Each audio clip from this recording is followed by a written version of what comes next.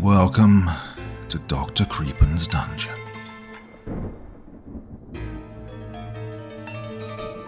There are several reasons why we believe in the devil. Firstly, there's religious teachings. The belief in the devil is a central tenet of many religious traditions, such as Christianity, Islam, and Judaism. In these religions, the devil is often seen as a powerful, malevolent being who represents evil, temptation, and opposition to God. Then, of course, there's the existence of evil. Many people believe in the devil as a way to explain the existence of evil in the world. The devil is seen as a force that tempts people to do wrong and commit sin, and is often blamed for the misfortunes that befall individuals or societies. And then, of course, there are cultural and folklore beliefs. The belief in the devil has been deeply embedded in many cultures and folklore throughout history. The devil is often portrayed as a trickster, or a figure who preys on human weaknesses and vulnerabilities. We shall see aspects of all of these in tonight's 3 Tales of Terror. Now, before we begin, as always, a word of caution. Tonight's stories may contain strong language as well as descriptions of violence and horrific imagery. If that sounds like your kind of thing, then let's begin.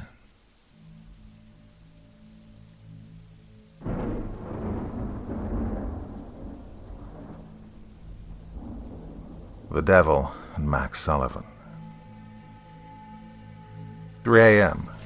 A neon sign flickers in the distance on an isolated stretch of highway. The roar of an engine cuts through the night air as a car speeds along. Behind the wheel sits a career criminal named Maxwell Sullivan. He's celebrating pulling off the biggest lick of his life, and he couldn't be happier. Just a few hours ago, Max, along with 2 of his associates, robbed a drug dealer named Eddie Lang. While the robbery may have been a success, it didn't come without a price. Mr. Lang and his wife were murdered by this treacherous trio, so they could walk away with $1.5 million. Once they were on the road, Max decided that splitting the money didn't suit his lifestyle. When they came to their first stop, Max killed his cohorts and dumped their bodies in a shallow grave before heading to his final destination. He raced along the dark highway, tapping his fingers on the steering wheel to the rhythm of his favorite song. Max knew this stretch of highway well. The cops didn't patrol it, and most people don't drive it, so he was free to mash down on the accelerator and push his speed well into the hundreds. White lines and scenery zipping by in a blur while Max laughed and made plans for his newfound wealth. He took his eyes off the road for a split second to grab a cigarette, but that was all it took for a deer to leap out into the road ahead of him. The next few seconds were a flash of blood, fur, and twisted metal that left Max unconscious in a burning vehicle. Hey mister, are you okay? A child's voice cut through the darkness as Max slowly opened his eyes. Blue skies and buzzards circling overhead were the first things he saw as his vision cleared. The child's voice called to him again. What are you doing laying in the road, mister? You should get up before someone runs you over. Max slowly turned his head to see a young boy sitting on a bicycle a few feet away. Once the kid saw he was awake, he smiled and waved to Max before riding away. After a couple of seconds, he got up off the concrete, dusted himself off while looking around. Where the fuck am I? The car was gone. The money was gone, and he had no idea how he'd ended up laying in the middle of the road. The heat was staggering.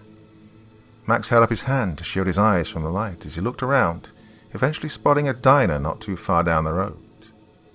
He was a little sore, but other than that, he felt just fine. The idea of not knowing where his money was had his blood boiling. Anger was his motivation as he walked toward the diner. As he got closer, he checked his pockets and found a couple of wadded-up 20s. Better than nothing, he thought, as he stepped through the door, the chimes sounding as a cute blonde waitress smiled and greeted him. Welcome to Lucy's. Have a seat and I'll be over shortly to take your order. Max sat in a booth near the restroom, watching the waitress. Something about her seemed so familiar, but for some reason he couldn't find her face in his memory. After a few minutes, she came to his table. Okay, sir, what can I get you? Max glanced up at her name tag. Callie. He smiled. The name didn't ring any bells, but it didn't matter. Steak and eggs with coffee. Well, this is a strange question, but Where are we right now?" She smiled and walked away without answering. Max sat there looking out of the window. The landscape seemed so foreign. After a few minutes, Callie came back with his food and sat it on the table. "So, you never did tell me where we were. What is this place?" She smiled, that same odd smirk. "This is Lucy's Diner just off Highway 6. Didn't you see the sign when you walked up?" Well, I don't know how it was possible for her to answer me without telling me anything, but she did it flawlessly. Before I could restate the question, she was walking off. Oh, the food smelled amazing, so I shrugged it off and dug in. After a bite or two, I heard the chimes over the door and looked up. Standing in the doorway was the most beautiful woman I'd ever seen. Her body was full and curvaceous. Her long black hair cascaded over her shoulders and framed her face perfectly. Her skin seemed to almost glow under the fluorescent lights as she moved effortlessly through the diner, stopping at my table. "Hello, Max. I've been waiting for you." She took a seat across from me, and as she did, time stopped. I looked around the room at everyone frozen in mid-motion, then turned to face her. Looking into her eyes made my stomach turn. I swallowed down the lump in my throat. "Who are you? And how do you know me?" She smiled a wicked smile and placed her hands on the table. "Oh, Mr. Sullivan, let's not waste time with pointless questions. I have something that belongs to you, and I'll double it if you agree to help me acquire a few things." I looked down at my plate to see it covered with mealworms, maggots, and mold. Pushing it away, I sat back. Well, as beautiful as she was, I couldn't look directly at her. "Help me, Max, and I'll give you riches beyond your wildest dreams." Her words floated across the table and exploded in my brain, filling my mind with images of her sitting on a throne made of living flesh as the world burned at her feet. What if I say no? She smiled at me and snapped her fingers. Suddenly I was trapped in a burning car, my lungs filled with smoke as my skin bubbled and blistered from the flames charring my flesh. I screamed and howled in pain, while her laughter made the flames grow higher, and just as I slipped into darkness, I heard a finger snap and I was sitting back in the diner. Smoke wafted up from my skin as the blisters vanished. "Holy shit, what was that? How did you—" She cut me off and got up from the table. "4 souls, and you're free. The first's a man named Fletcher Sims. Good luck." As she walked away, the people in the diner slowly started moving again. "Wait, how am I supposed to find this guy?" She turned and shot me that wicked smile. "Look for him." As the words left her lips, my vision blurred. The world around me started to spin and everything went black. The next thing I know, I'm waking up at a bus station in some shithole town called Heidelberg. When I opened my eyes, the first thing I noticed was the smell of smoke. I looked down at my hands and saw charred skin slowly returning to normal. A phone vibrating in my pocket nearly made me jump out of my skin. As soon as I picked it up, my stomach lurched. "Time's wasting, Max.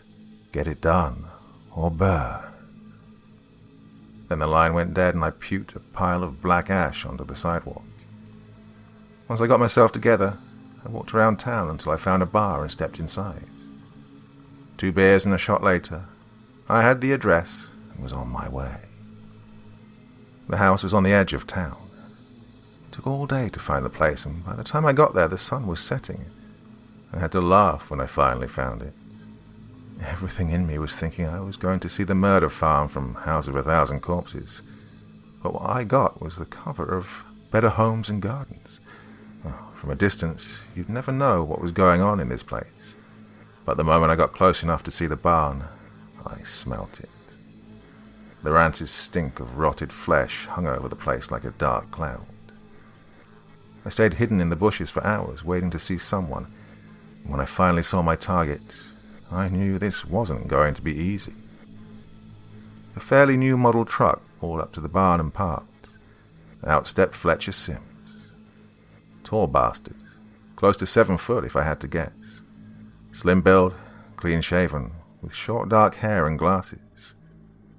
He walked around to the bed of the truck and let down the tailgate, then stood there staring into the back of the truck. I couldn't hear what he was saying, but I could see by the way he was moving that he was talking to someone in the bed of the truck. After a few seconds, he reached in and dragged out a body. By the way he manhandled the corpse, easily tossing it up onto his shoulder, I could tell this guy was a lot stronger than he looked. He carried the man into the barn and slid the door shut behind him. I waited a few seconds and then moved in. I stayed low and got to the truck as fast as I could. From where I was squatting, I could see the barn door was slightly open, but I couldn't see Fletcher. When I made it to the door, I peeped inside to get a quick look at the layout. There were walk-in freezers lining either side of the building, and the floors looked like weather-treated concrete. Overhead, there was a track with meat hooks hanging from it. At the end of the walkway was another area, but it was blocked off by those hanging rubber flaps. The sound of someone rushing up behind me caught me off guard. I ducked and spun around out of reflex and caught a hard right across the chin. I stumbled back, squared up, then threw 2 stiff jabs in his face and followed up with a pair to the body. He reached out with both hands, grabbed me by the head and bounced my skull off the barn door, then punched me in the stomach so hard I nearly folded. My reaction was to throw an uppercut and cracked his jaw, but I swear it didn't faze him. He just leaned in more.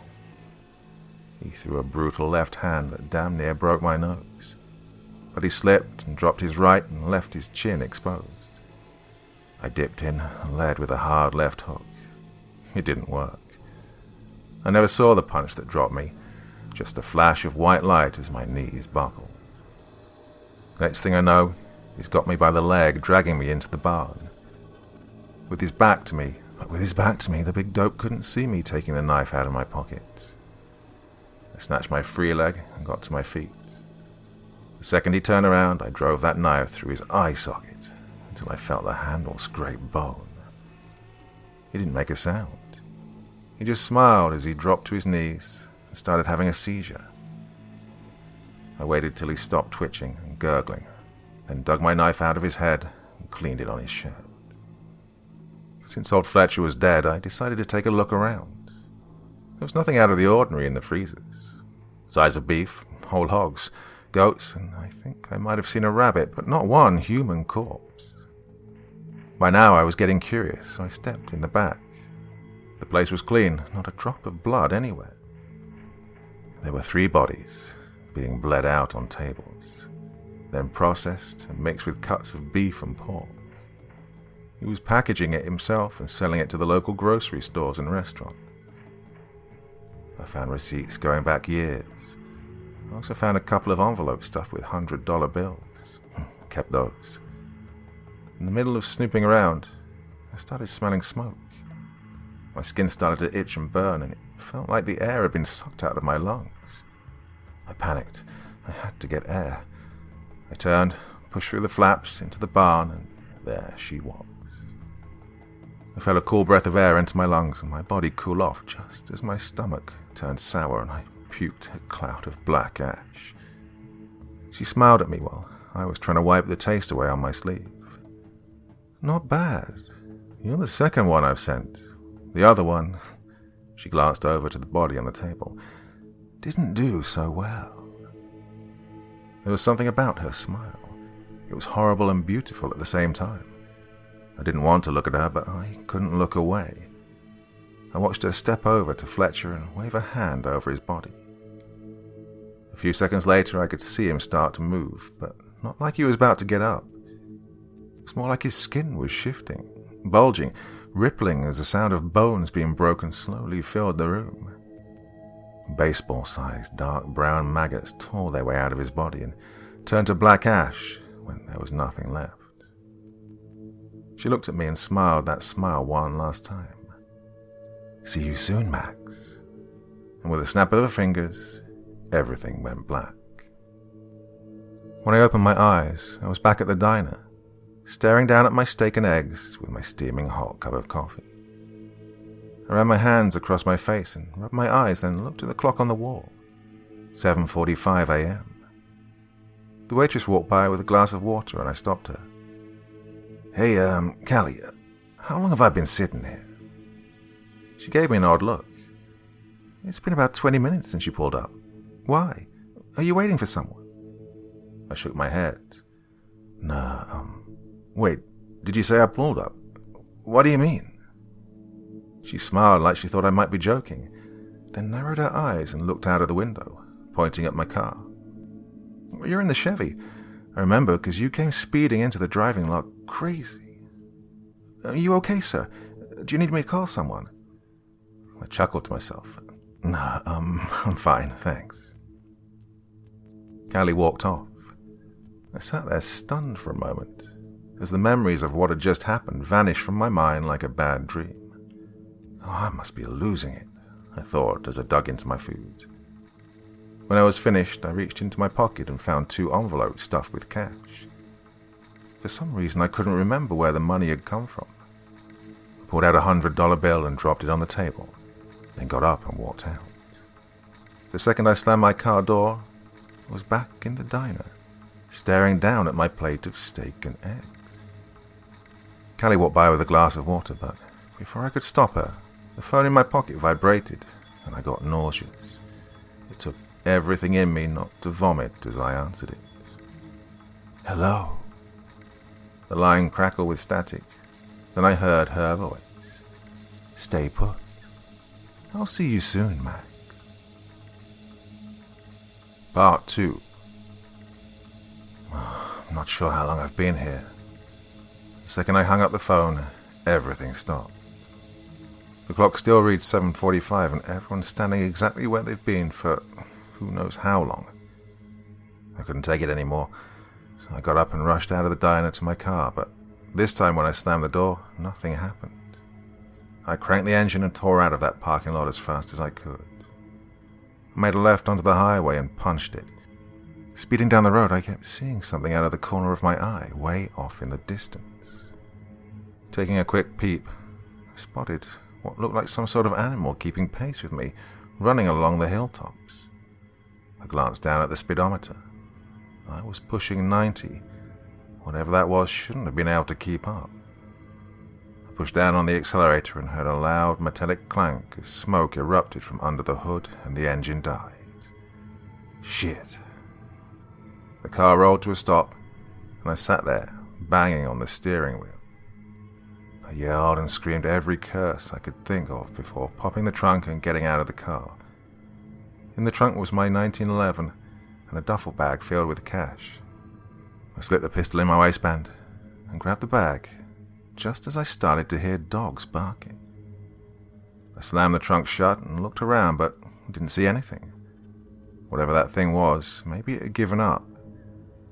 I slung the bag over my shoulder and started walking. The sun was blistering. It was that type of heat that makes the concrete look wet as you stare down the road. I walked for what felt like hours, but when I finally did look back, the car was just a few feet away. I dropped the bag and sat in the middle of the road. Staring down the road, the diner looked impossibly far away. With this heat, the walk was going to be hell. I closed my eyes and dropped my head in defeat. While I was sitting there, something big and heavy landed just off the road to my right. A dust cloud rolled over me, and suddenly all I could hear was vicious, snarling dogs. I shielded my eyes and got up, grabbing for my gun with my free hand. As the dust settled, I saw it. A 3-headed dog, the size of a city bus. It growled and barked just before it charged me. I pulled the pistol and fired off a shot, but it didn't make a difference. It snapped me up, tossing my body in the air for one of the other heads to clamp down on my legs and ragdoll me like a toy. Well, I thought I would have blacked out, but instead I stayed conscious right up until it chewed me up and swallowed me. Her laughter cut through the blackness, and I could smell smoke. As my vision cleared, I found myself staring into her empty black eyes. Back at the diner, and she's sitting across from me. "So, are you ready to get back to work?" I looked around, noticing the diner was empty now. "Do I really have a choice?" She smiled. No. She brought her hand up and snapped her fingers. In the blink of an eye, I was looking out over New York City from a high-rise hotel. All I could do was smile and shake my head. New York is one of those places I'm technically not allowed in anymore. Long story. I looked around and spotted my duffel bag next to the door. Before I could even take one step towards it, she came walking in. Tonight's going to be very easy for you, Max. There's a club on the bottom floor of this building. Go there, order yourself a drink, and pick up this woman. She held up a picture. This is Veronica. Get her to come back to your room and offer her a drink. Anything you give her from that bar is going to do the trick, so let her pick. When it's over, I'll be back to collect. She stood there for a second looking around, then tapped her wrist and motioned towards the door. Why are you still standing here? Get moving, I don't have all night. In the back of my mind, I kept wondering what this one could have done. I mean, I kind of understand that Fletcher guy. He was doing some messed up shit. In the end, I guess it really didn't matter. Whatever she'd done or might have been doing, it ends tonight. I stepped off the elevator and made my way to the club. I wasn't there long. Getting Veronica back to my room turned out to be a lot easier than I thought it would be. Starting to understand why she'd been picked. This was clearly a setup. I don't know what she was planning. This was all a game for her. I could tell when we finally made it back to my room and she got comfortable and I'd fixed her that drink. We sat talking for a while, and the second her cup went empty, I smiled. So, tell me, Veronica, what do you do to end up here? The expression on her face changed to concern. What do you mean? She reached for her purse just as her eyes rolled over white in her skull, and she started spitting up brownish-red foam. I shook my head and stood up, watching her try to suck in big gulps of air only to gag on the foam. Blood poured from her nose as thick, dark veins spread through her face. Then she slumped out of her seat to the floor. Veronica managed to let out one last gurgling scream through the mess as she curled into the fetal position and went still. I stepped over her and picked up her purse. There was a decent amount of money that I gladly took, and a syringe filled with a yellow liquid. I slipped the needle back into the purse and tossed it on the couch, just as the bedroom door slid open. There she was. That horrible, sick feeling lurched in my gut as she walked over to Veronica. She held up her left hand, and using her right, she took her little finger and sliced open her palm. She made a fist as thick black blood dripped down onto Veronica's body. Suddenly the room filled with the sound of her flies buzzing. I glanced up to see the ceiling covered with millions of them. The swarm swept down and covered the body. She looked at me and smiled, then wagged a finger at me as if she was telling me no. I knew what was next. I tried to say something before she could do it.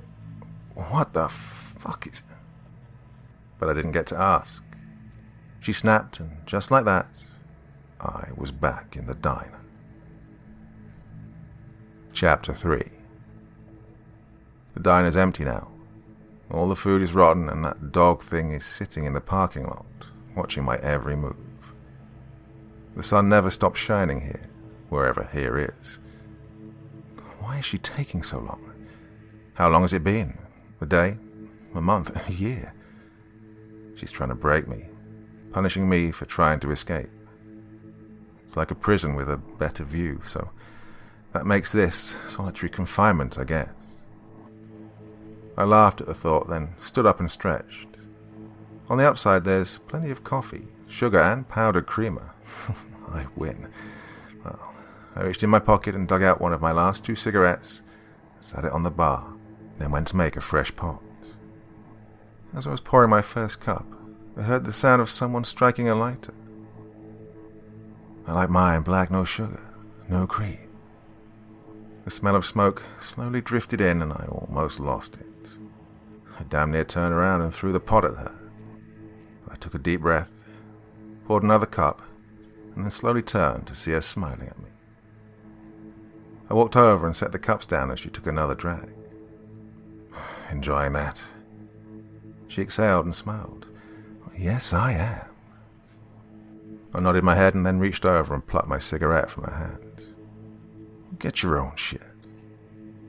Well, the smile left her lips and she snapped her fingers, sending my entire body up in flames, before she snapped a second time, leaving me standing there trembling. She calmly reached over and took it back, and then dropped it in my coffee while looking me straight in the eye. I've got good news for you, Max. Someone beat me to one of my last 2 targets. She rolled her eyes and pointed up with a disappointed look on her face. So, after this, you're free to go back. Or, now, hear me out on this. You could stay on the payroll and handle things for me on the outside. I nodded my head, then pulled out my last cigarette and lit it. I think I'll pass on that one. What do you want? She stood up and stepped towards the door as the phone started to vibrate in my pocket. There's a woman at the address on your GPS. She's carrying something that I need. Go there, pick her up, and take her to Ransburg. There's an old opera house there. In the basement, there's a hidden doorway that will lead you to a burial chamber. Deliver the woman there, and you're free to go. As she stepped out of the door, the diner was suddenly filled with people. Even the staff had changed. I walked outside to see the setting sun and cars flying by on a busy street. No more desert, no more giant dog, just the cool breeze and the sounds of city life. I walked to my car and glanced back to see the diner was gone. In its place was a steakhouse dealing with an early dinner rush. I checked the trunk, found 2 identical bags stuffed with cash. Couldn't help but smile. I slammed it shut and then went around to the driver's side and hopped in. The sound of the engine roaring to life made me very happy. Threw it in drive and peeled out of the parking lot. I wasn't wasting any time. I made it to the address in an hour. Pulling up, I spotted a chromed-out chopper in the front yard. Standing on the front porch was the stereotypical biker guy. He looked exactly like Opie from Sons of Anarchy. I checked my pistol, then got out of the car. Before he could say a word, I shot him in the face, then kicked in the door and went inside. On the couch was an older guy who tried to leap up when I came in. I put 2 in his chest and saw a woman running towards the back of the house. Aiming low, I put a bullet through the back of her right leg, and she hit the ground screaming, "Please, don't kill me, I'm pregnant." I walked over, pulling out my phone and checked the picture. It was her. I got her up off the floor and took her to my car. As I slammed the door, 2 guys came running from across the street. "Hey, what the hell are you doing?" I turned and shot both of them, then hopped in my car and drove off. She did the usual, begging, crying, telling me her husband's gang would track me down and kill me, but in the end I didn't give a shit. I found the town and took her down into the burial chamber. It was a huge black room with white glowing symbols carved into the walls. In the center of the floor was a huge hole with the same symbols all around the edge. The sound of her clapping let me know she was there, as she stepped from a shadow in the corner of the room. "Are you sure you don't want to come work for me?" I shook my head and let the bleeding pregnant lady sit down. "No, but I am a little curious. What's in the hole?" She smiled and walked up to the edge. "Famine, the last piece of the puzzle." I laughed to myself. "Famine, yeah, okay. Oh, good luck with that. See you later unless I see you first." I turned and started to walk away. She started laughing. "I said you can go back. I didn't say you could leave." I turned around just in time to see her snap her fingers. Instantly, I was speeding down a dark stretch of highway. Glancing down at the clock, it was 3 a.m. I slowed down, pulled off the road, and stopped the car. I grabbed my smokes and stepped out onto the road, just as a deer leaped out of the bushes and crossed a few feet away. I shook my head and lit up as my phone started to ring. I answered. "Hello." There was a pause, then I heard her say, "See you soon, Max."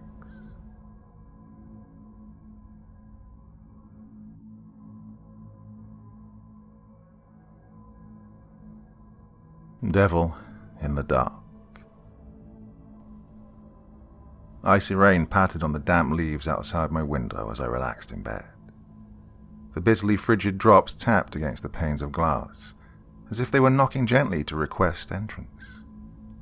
The warm glow of my lamp beside me bathed the room in soothing orange light, effectually scattering the dark shadows of night away. I could hear my little brother all the way downstairs as he protested against my mother's executive decision to put a stop to his 6-hour streak of digital entertainment.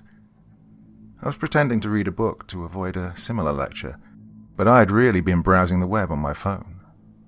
Every time she walked by my open doorway, I'd use the pages of the book to hide it. A flurry of light footsteps emanated from down the hall, and I quickly set my phone onto the open book, and then lifted the front cover to block it from view. I need not have worried about my mother's prying eyes, however, as it was only my little brother running by as he headed towards the bathroom. I relaxed and continued browsing social media on my touchscreen. Moments later, the sound of the shower activating could be heard from the end of the hallway, but I paid it little attention and resumed my activities. The shower turned off 10 minutes later, but it was another 20 before my mother briskly walked by my ajar door. I scrambled to hide my phone, but it was again an unnecessary action, as she clearly didn't notice. I heard a knock on the bathroom door, and her irritation was clear through each sharp knock's resonance against the thin wood grain. "You've been in there for half an hour," I heard her say brusquely. "It's past your bedtime, Hollis. You need to come out now." I looked up from my phone, blinking. Had he really been in there for that long? Judging from the sounds I'd picked up on, he'd gotten out of the shower over 20 minutes ago. "What on earth were you doing in there?" my mum asked him as they both entered his room, which was just next door to mine. Her question echoed the exact curiosity in my own head, and I perked my ears up to hear the answer. "I was talking to my new friend," my brother replied. "His name is Hirfane," he said. The word sounded so alien coming out of the mouth of a 7-year-old child. His response caught me off guard, and I blinked in confusion. My mother, however, seemed relatively unbothered. In fact, she sounded like she was trying not to laugh when she next spoke. "Oh, I see," she said, her tone that odd mix of condescension and amusement that adults use when talking to an imaginative child. "Well, Hirfane needs to know when it's time for bed, okay? We can't have him keeping you up all night. Now, put your bell on." Hollis acquiesced to her behest, and I heard the soft jingle of a tiny bell. Both of my parents had decided to put a rule in place that Hollis was not allowed to go to bed without wearing a bell on his wrist ever since he started sleepwalking at odd times throughout the night. He'd been doing it for almost 3 years, and the one time he'd wandered out of the house had been enough to inspire the tradition of the bell. The sound of Hollis and my mother wishing each other good night was enough to snap me out of my reverie, and I threw my phone onto the bed and covered it with my blankets. It was only a moment later when she was nudging my door open a little more, smiling at me warmly. "Hey, Jack," she said. "Lights out." I agreed, and she also wished me good night before closing my door. I listened to her saunter back down the corridor into the living room and strike up a chat with my dad. Though their voices being muffled through the walls made it sound like a string of disconnected syllables rather than a real conversation. I flipped my lamp off, and the sudden lack of light in the room triggered my automatic nightlight, filling my room with a soft, red luminescence.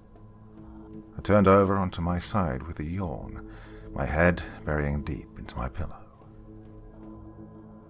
It was long before I awoke, my eyes snapping open for a reason I could not discern.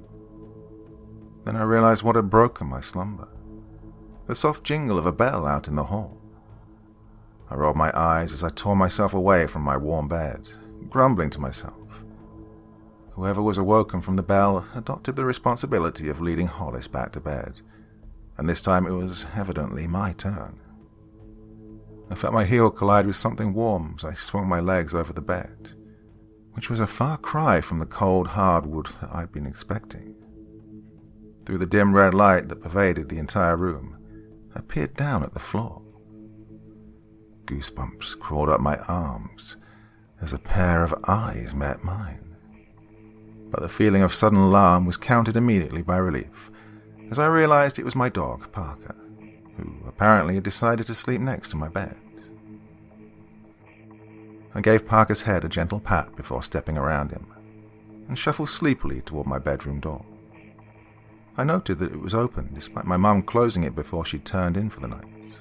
Well, I assumed that she hadn't closed it all the way, and Parker had simply nudged it open when he wanted to come in. My eyes adjusted to the darkness of the hallway, and I spotted Hollis standing near the entrance to the bathroom. I was about to take another step towards him when I heard him talking, almost like he was having a conversation. I assumed for the moment that he was speaking with his newly acquired imaginary friend, but what he was saying made my skin crawl. "Why do you look like that?" His hushed voice could be heard easily through the silence of the night. I heard no answer, not that I expected to. "Were your mummy and daddy blind too?" Came another question in that same tone. A creeping feeling began to inch its way up my spine, and I shivered. Whether it was from the cold air around me, the uncomfortable feeling in my gut, or a combination of the two, I did not know.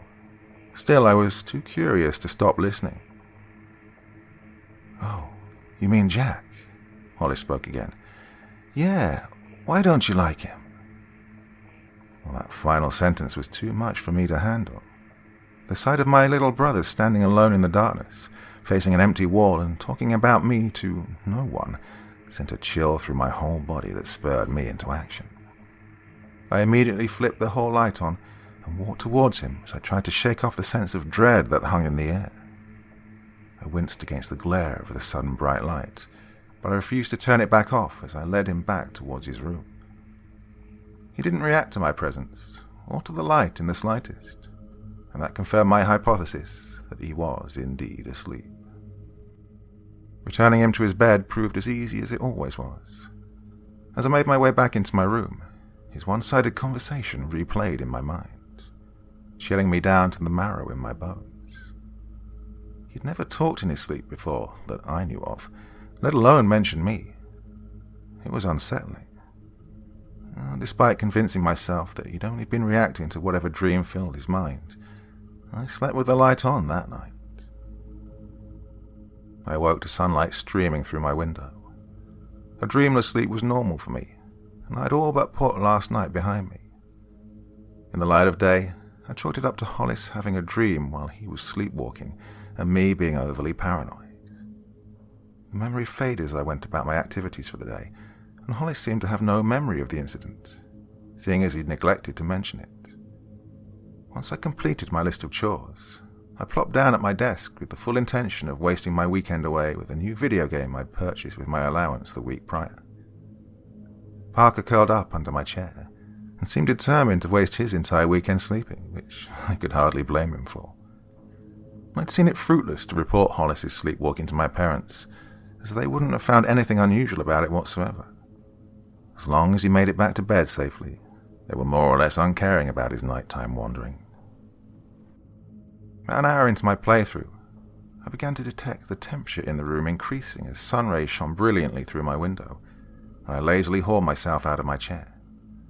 Dragging myself over to the window and sliding it open, I let out a relieved sigh as a wall of cool air invited itself into the room. I tilted my head as I unexpectedly spotted Hollis sitting alone on the swing set my father had constructed in our large backyard. Hollis rarely sat out there, especially on his lonesome. His head was turned to face the swing next to him, as he absent-mindedly allowed his suspended seat to sway forward and back very slightly. He seemed to be talking to himself, but what he was saying sounded like it was directed at someone else. "It's called whistling," he said. "It's easy. I can teach you how." He pursed his lips and began to whistle in a very breathy manner. I would have found it endearing that he was attempting to teach someone to do something when he himself wasn't capable of doing it correctly, but there was no one there. With a shrug, I assumed it was that odd imaginary friend his mind had concocted, but it still bemused me. I mean, he had real friends, and plenty of them. Why did he feel the need to create a fictional one? I returned to my game, unnoticed by Hollis as he continued tutoring his non-existent companion to whistle. I put my headphones back on and turned up the volume to drown him out, not wanting to think about it anymore. Afternoon turned to evening, and evening turned to night. Rarely did I find myself tired of video games, but I'd played my fill.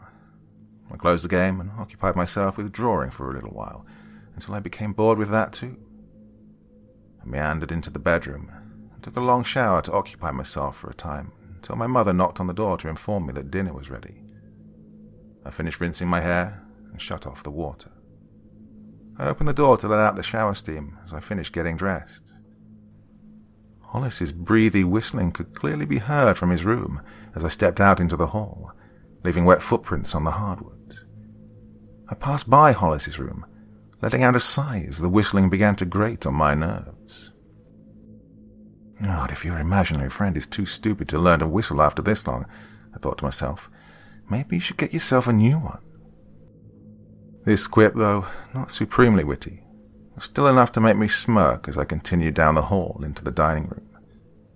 My dad gave me a good-natured wave as I entered the room, and I returned the favor with a grin. However, the smile dropped off my face in an instant, as my eyes fell upon Hollis sitting with his back to me at the table. I felt my stomach lurch slightly as a familiar chill crept up my back. If Hollis was here... Pretending that I'd forgotten to wash my hands, which was a flimsy excuse for someone who'd just gotten out of the shower, I turned on my heel and raced back to my little brother's room. The light was on, but the room was devoid of life entirely. There was no sign of the whistling I'd heard before. I shook my head, belittling myself for being so ridiculous as I turned back to walk back to the dining room. I stopped dead in my tracks as I heard a perfect wolf whistle behind me. It was so pitch-perfect that it was almost cartoonish. My parents couldn't whistle that expertly, let alone Hollis.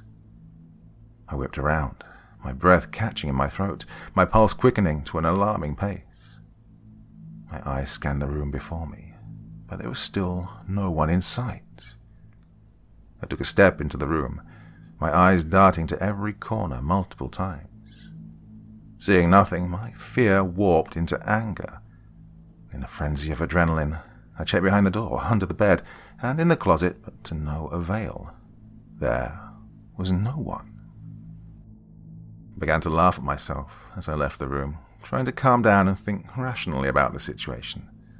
God, I must be imagining things, I thought. Just the stress of all that weird shit that's been going on, that's all. With that thought forcibly pressed to the front of my mind, I strolled back to the dining room for an uneventful dinner. Though I still felt tense, I wouldn't have admitted it, not even to myself in my current stubborn denial. I pulled up a chair as my family conversed among themselves. "I've been teaching him to whistle," Hollis was saying. Oh, this phrase made my heart rate climb ever so slightly. The unease that settled over me whenever he talked about his new friend was uncanny.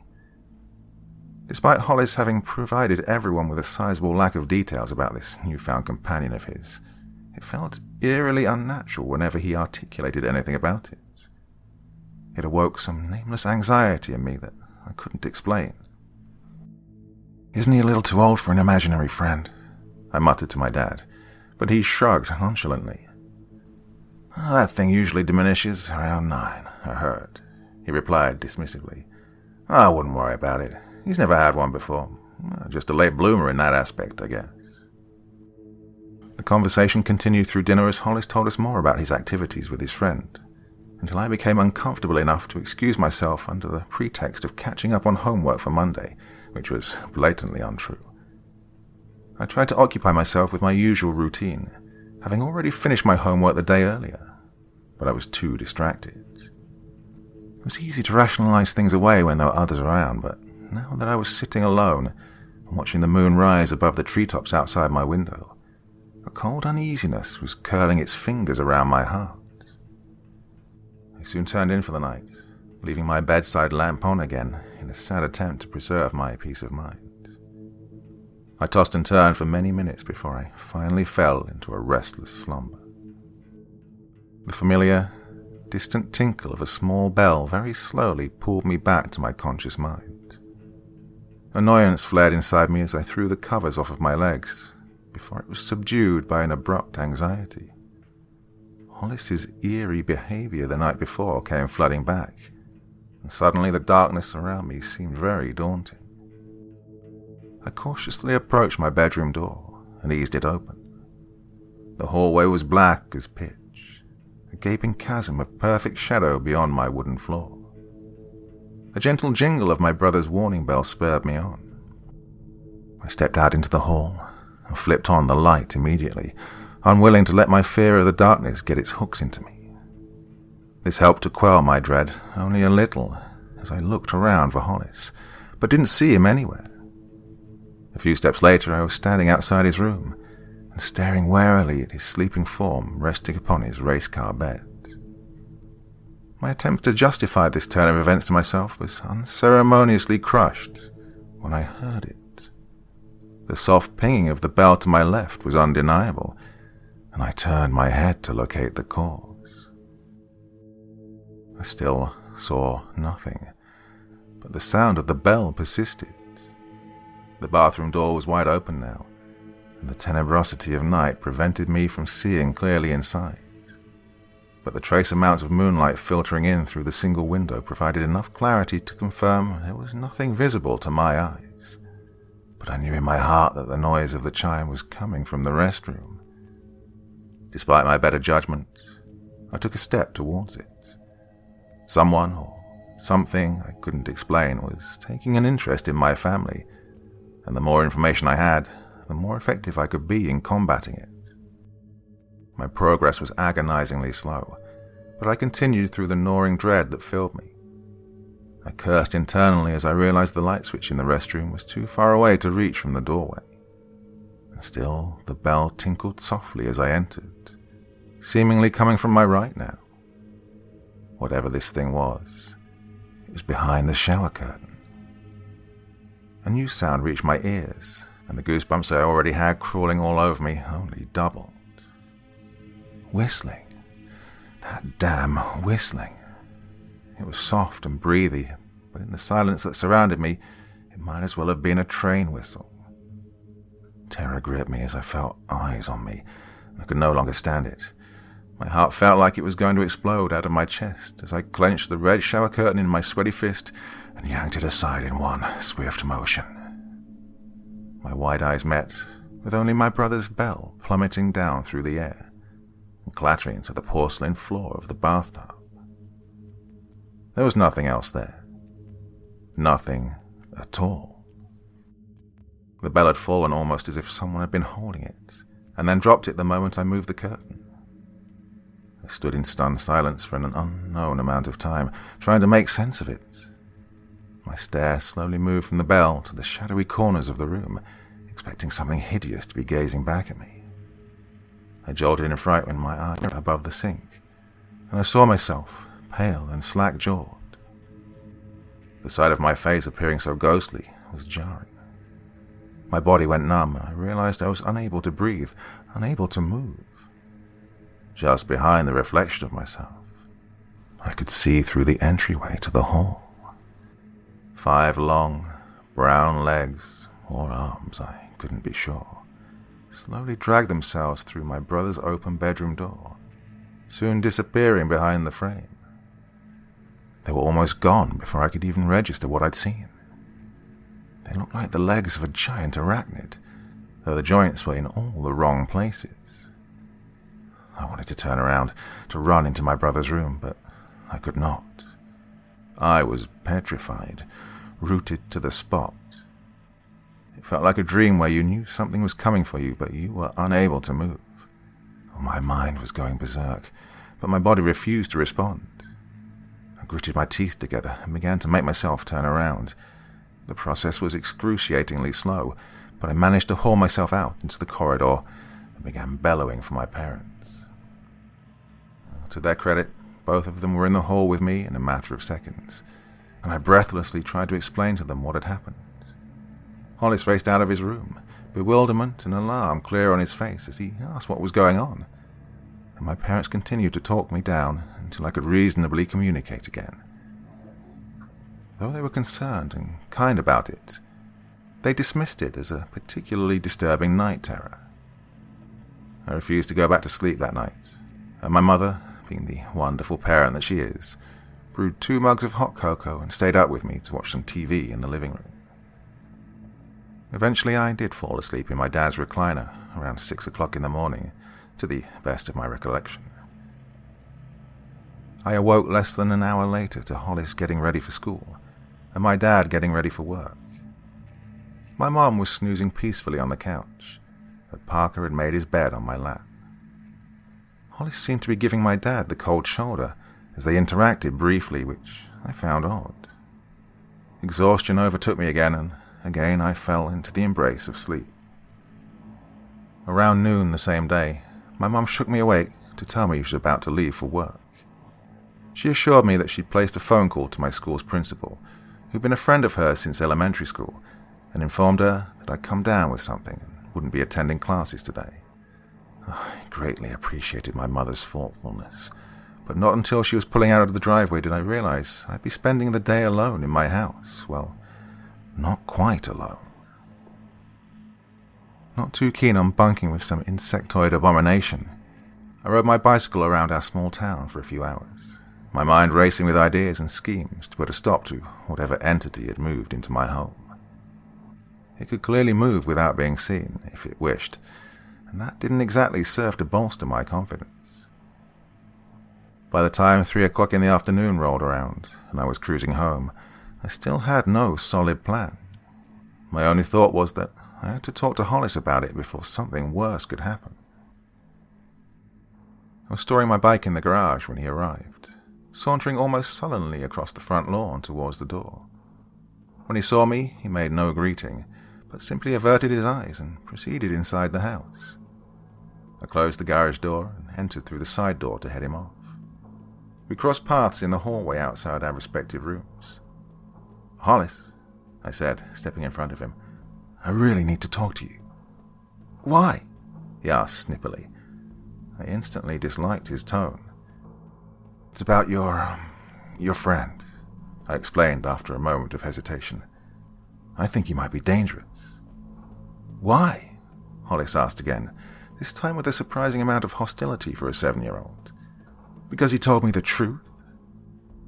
I blinked in shock, taken aback by this bizarre, accusatory statement, and asked him what in the hell he was talking about. He crossed his arms and attempted to walk around me, but I stepped in his path again, repeating my question with renewed intensity. "Hirfane told me about you," Hollis snapped, pushing me out of his way. "He told me about all of you. Leave me alone." His door slammed resoundingly, leaving me standing in the hall, aghast at what had just happened. I sent both of my parents a text, but only my mom responded, promising to work it all out when she got home. My parents both arrived at around the same time, as they usually did, and I explained to them exactly what had transpired between Hollis and I. Both of them attempted to talk to him, but all he would say to any of us was that he wasn't feeling well, and they suggested we leave him be for a while. My dad theorized it was very early pre-teen angst rearing its ugly head, but my mum supposed he was probably coming down with something. I inquired as to why he would say such a strange thing, and such brash things, but they brushed it off under the rationale that he was 7 and something was bothering him that he was having a hard time expressing. Well, it turned out they were right, just not in the way that they thought. Hollis skipped dinner that night and stayed in his bedroom with the door shut. He declined every offer anyone made to talk to him, and my mum finally decided that he would talk to us when he was ready, but that didn't stop all of us from fretting about him. We all retired to our rooms and went to sleep a little earlier than usual that night. I sat bolt upright in bed, eyes wide open. My ears caught hushed voices in the hall, and I slid out of bed as silently as I was able to.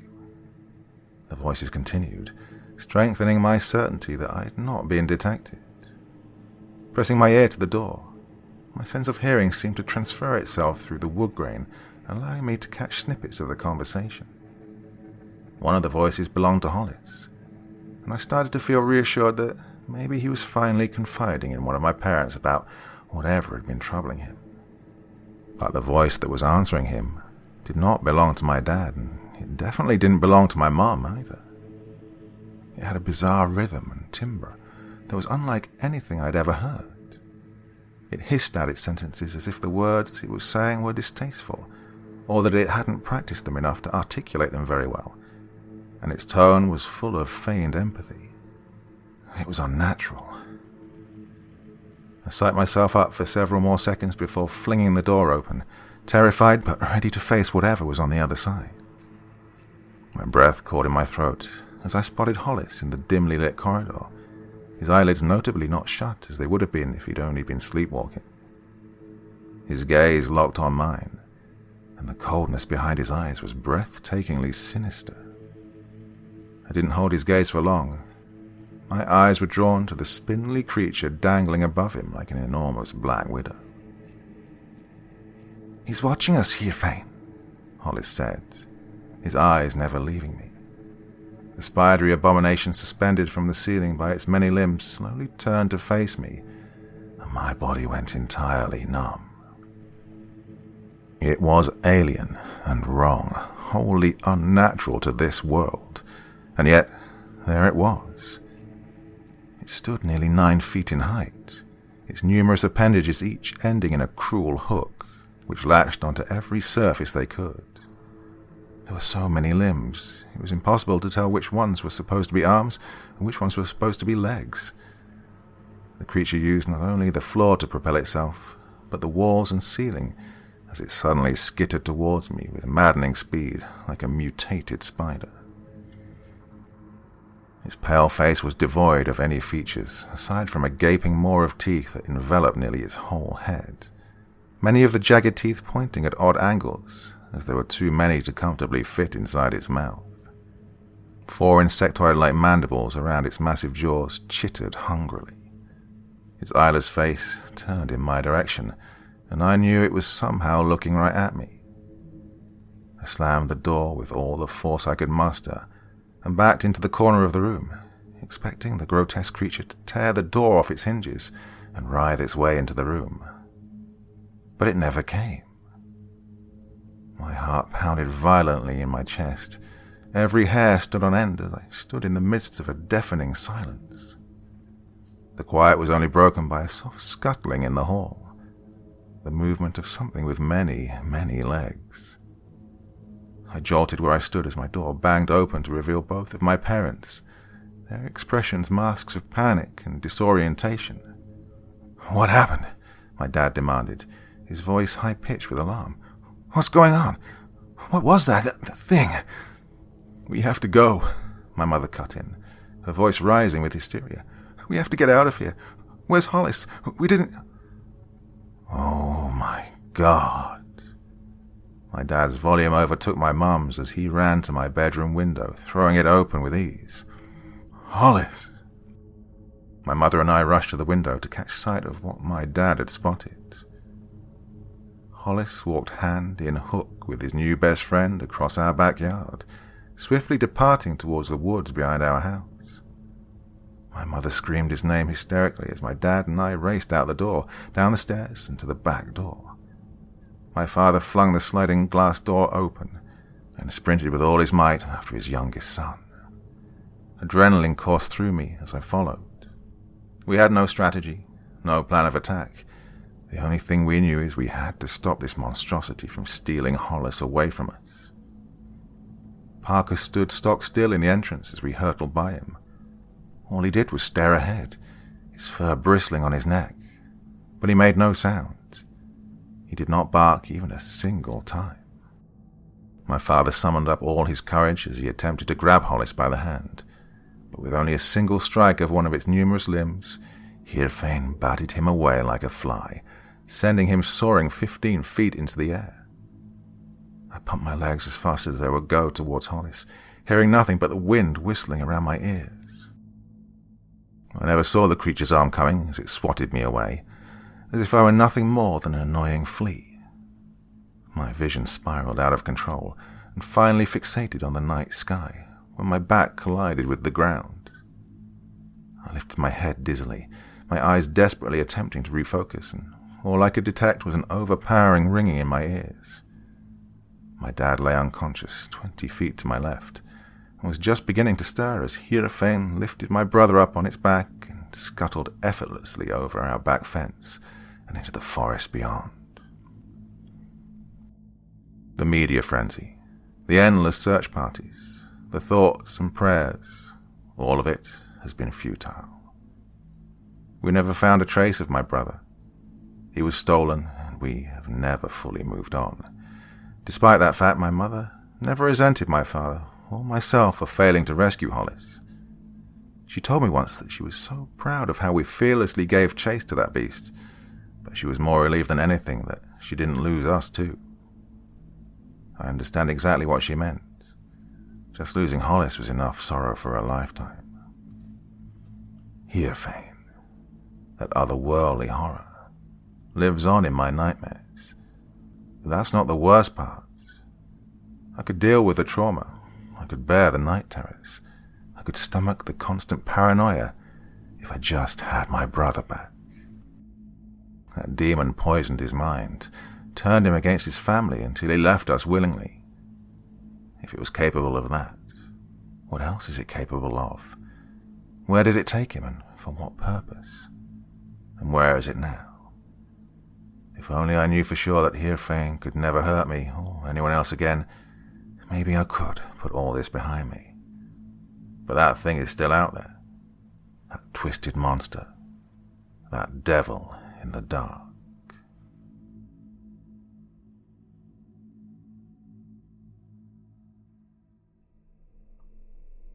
I worked for a sheriff's department in East Texas for the first 2 years I was a cop. I currently work at another department in the same area. I'm going to have to change names so I don't get into any legal trouble or upset surviving family. Also, don't want to rustle any feathers with colleagues. The law enforcement community is very tight-knit and egos bruise like bananas. Some of you will probably deduce what county I'm talking about from the few clues I give you anyways. But I gotta change up the story enough for plausible deniability. You know the drill. Standard creepypasta stuff. My county was as big as Dallas or Austin County, but only has a population of 14,000 people in it. A lot of places you can only travel on foot. It's as bayou as you can get and still be in Texas. Creeks and rivers run through it like veins, proning the area to flash floods. The most common sight is tightly packed forest pushed up against black-top roads. The most common way to die is falling asleep at the wheel or being ambushed by a suicidal deer. Since there's not a lot of people, and these people are poor, it means deputies are paid crap. Not that I was only in it for the pay. I love being a cop. I pledged to be one of the good ones that stuck to his ideals and didn't become a cynical asshole. Well, I stuck to my ideals but became more of an asshole each passing day. What's worse than the pay is the safety concerns. There are only 2 deputies out on a given night, one for the south end and one for north. This means your only backup is usually 20 to 40 minutes away from you, and if your partner's also handling an emergency, then you're out of luck. This made the area seem like one of the last remaining bits of the Wild West. You really had to keep your wits sharp and watch your six when all alone in the woods. As romantic as the idea was of being like Walker, Texas Ranger, it almost got me killed. It was a perfect storm of circumstances. My county had suffered severe flooding the week before this story happened. The water was going down in most parts, but some places were still flooded. Another great thing was our radios had been down all day, someone coming to fix it in the morning, and the rain began pouring down. The call came in around midnight about a man beating on a woman's door. The man was demanding to be let in out of the rain. The woman said she was alone with her baby and needed a cop fast. I was in the dispatch located in the jail side of the sheriff's department when the call came in. My dispatcher, who was like a mother hen, gave me a look. The "I've got a live one" look. Her eyebrows raised as she snapped at me to get my attention, her phone tucked to her ear while the other hand typed furiously. I listened to her repeat information out loud for me as I scribbled down the caller's address in my notepad. It was in the flash flood zone. It was passable, but the continuing storm was changing this quick. Another hour of hard rain would cut it off from the rest of the world. My dispatcher swiveled in her chair to look right at me, her face serious. "Call on me when you get close. Radios are still down, so I'll call you every 10 minutes for a security check." "Got it," I said as I spun around to hurry to my patrol car. "I'll let the South End deputy know what you got in case he needs to get you," she quipped as the heavy door to the jail slammed behind me. I appreciated the gesture from her, but having backup almost an hour away didn't mean much if things popped off. Backup could be coming from the moon for all the difference it would make. I squeezed myself into the crowded front seat of my patrol vehicle. I hadn't even entered the address into my onboard GPS when my phone started ringing. It was dispatch. "What do you got?" I asked. There was an unusual pause before she spoke. I could hear the concern in her voice.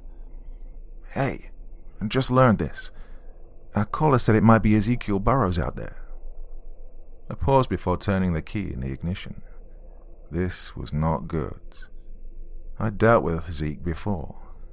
It was back when I was a rookie. Well, I'll have to put this story on hold to fill you in with a flashback episode first. So I'd been working for about 2 weeks at the time. I was still riding shotgun with my FTO. An anonymous caller rang the sheriff's department complaining Zeke and his old brother were driving around pointing guns at people and firing into the air. My FTO was a stereotype of an old county cop who was about to retire. He was laid back and calmly gave instructions between drags of a cigarette.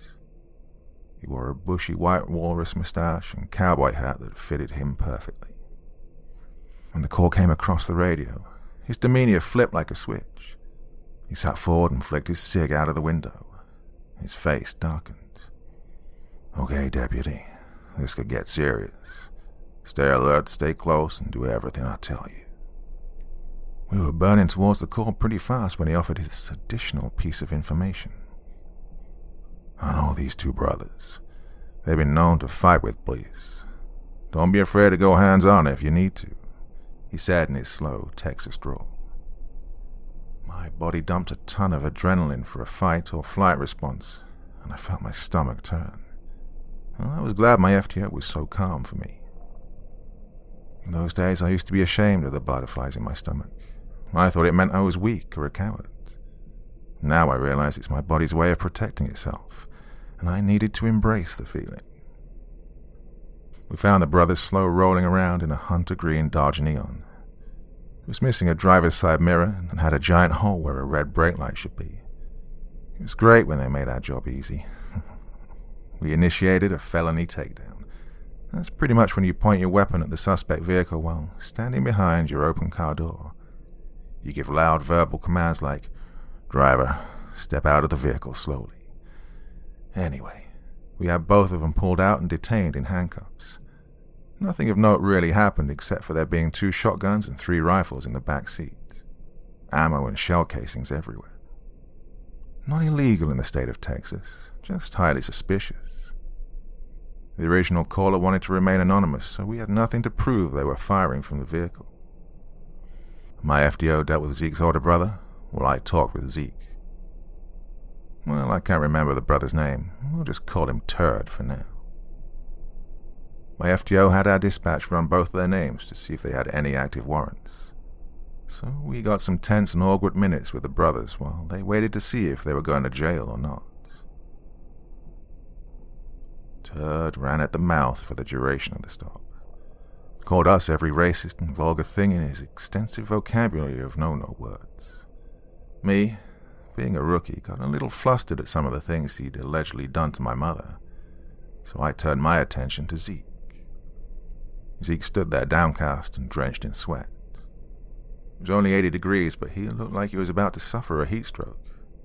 His whole body began to tremble slightly and sway back and forth. "You okay, Zeke?" I asked as I stepped closer to him. I thought I might have to catch him if he passed out on me.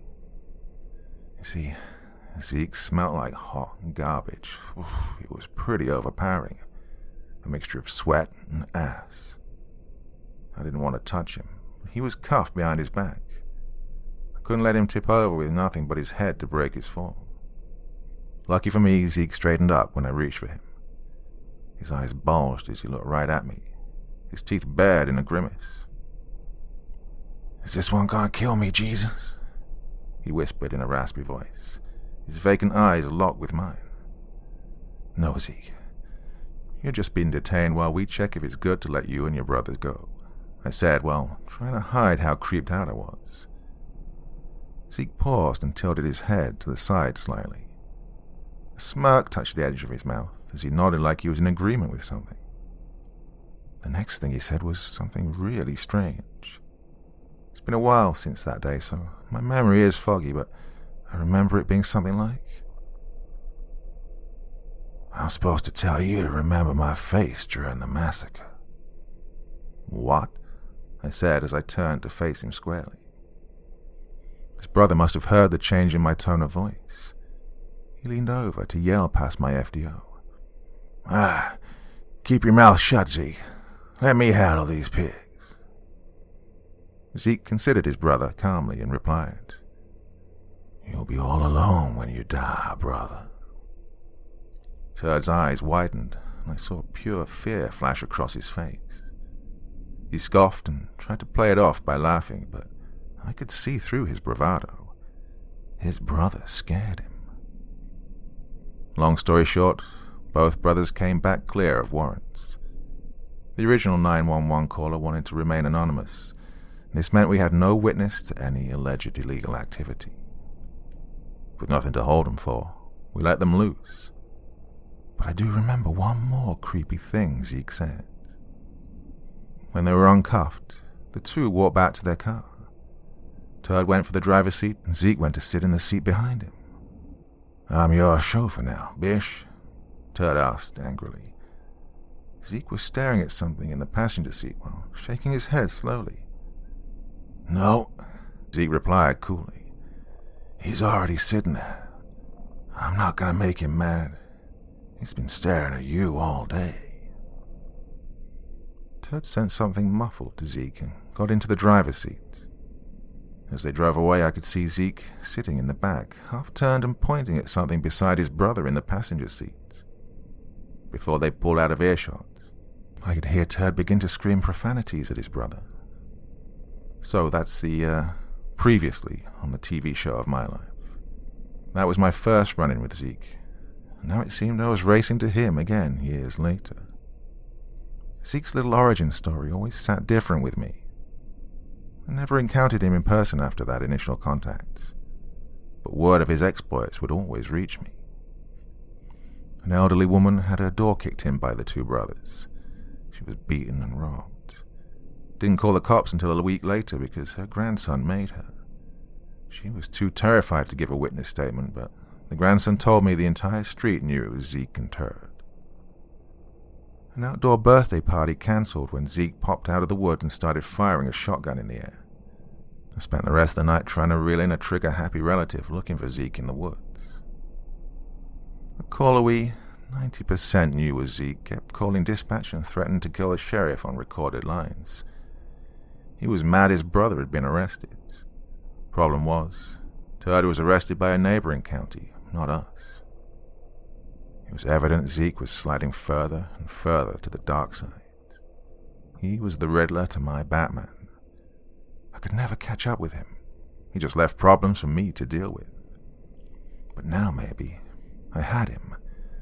I could physically put cuffs on him. My GPS said I was 10 minutes out from the caller's house. It's going to be a little longer because of the downpour.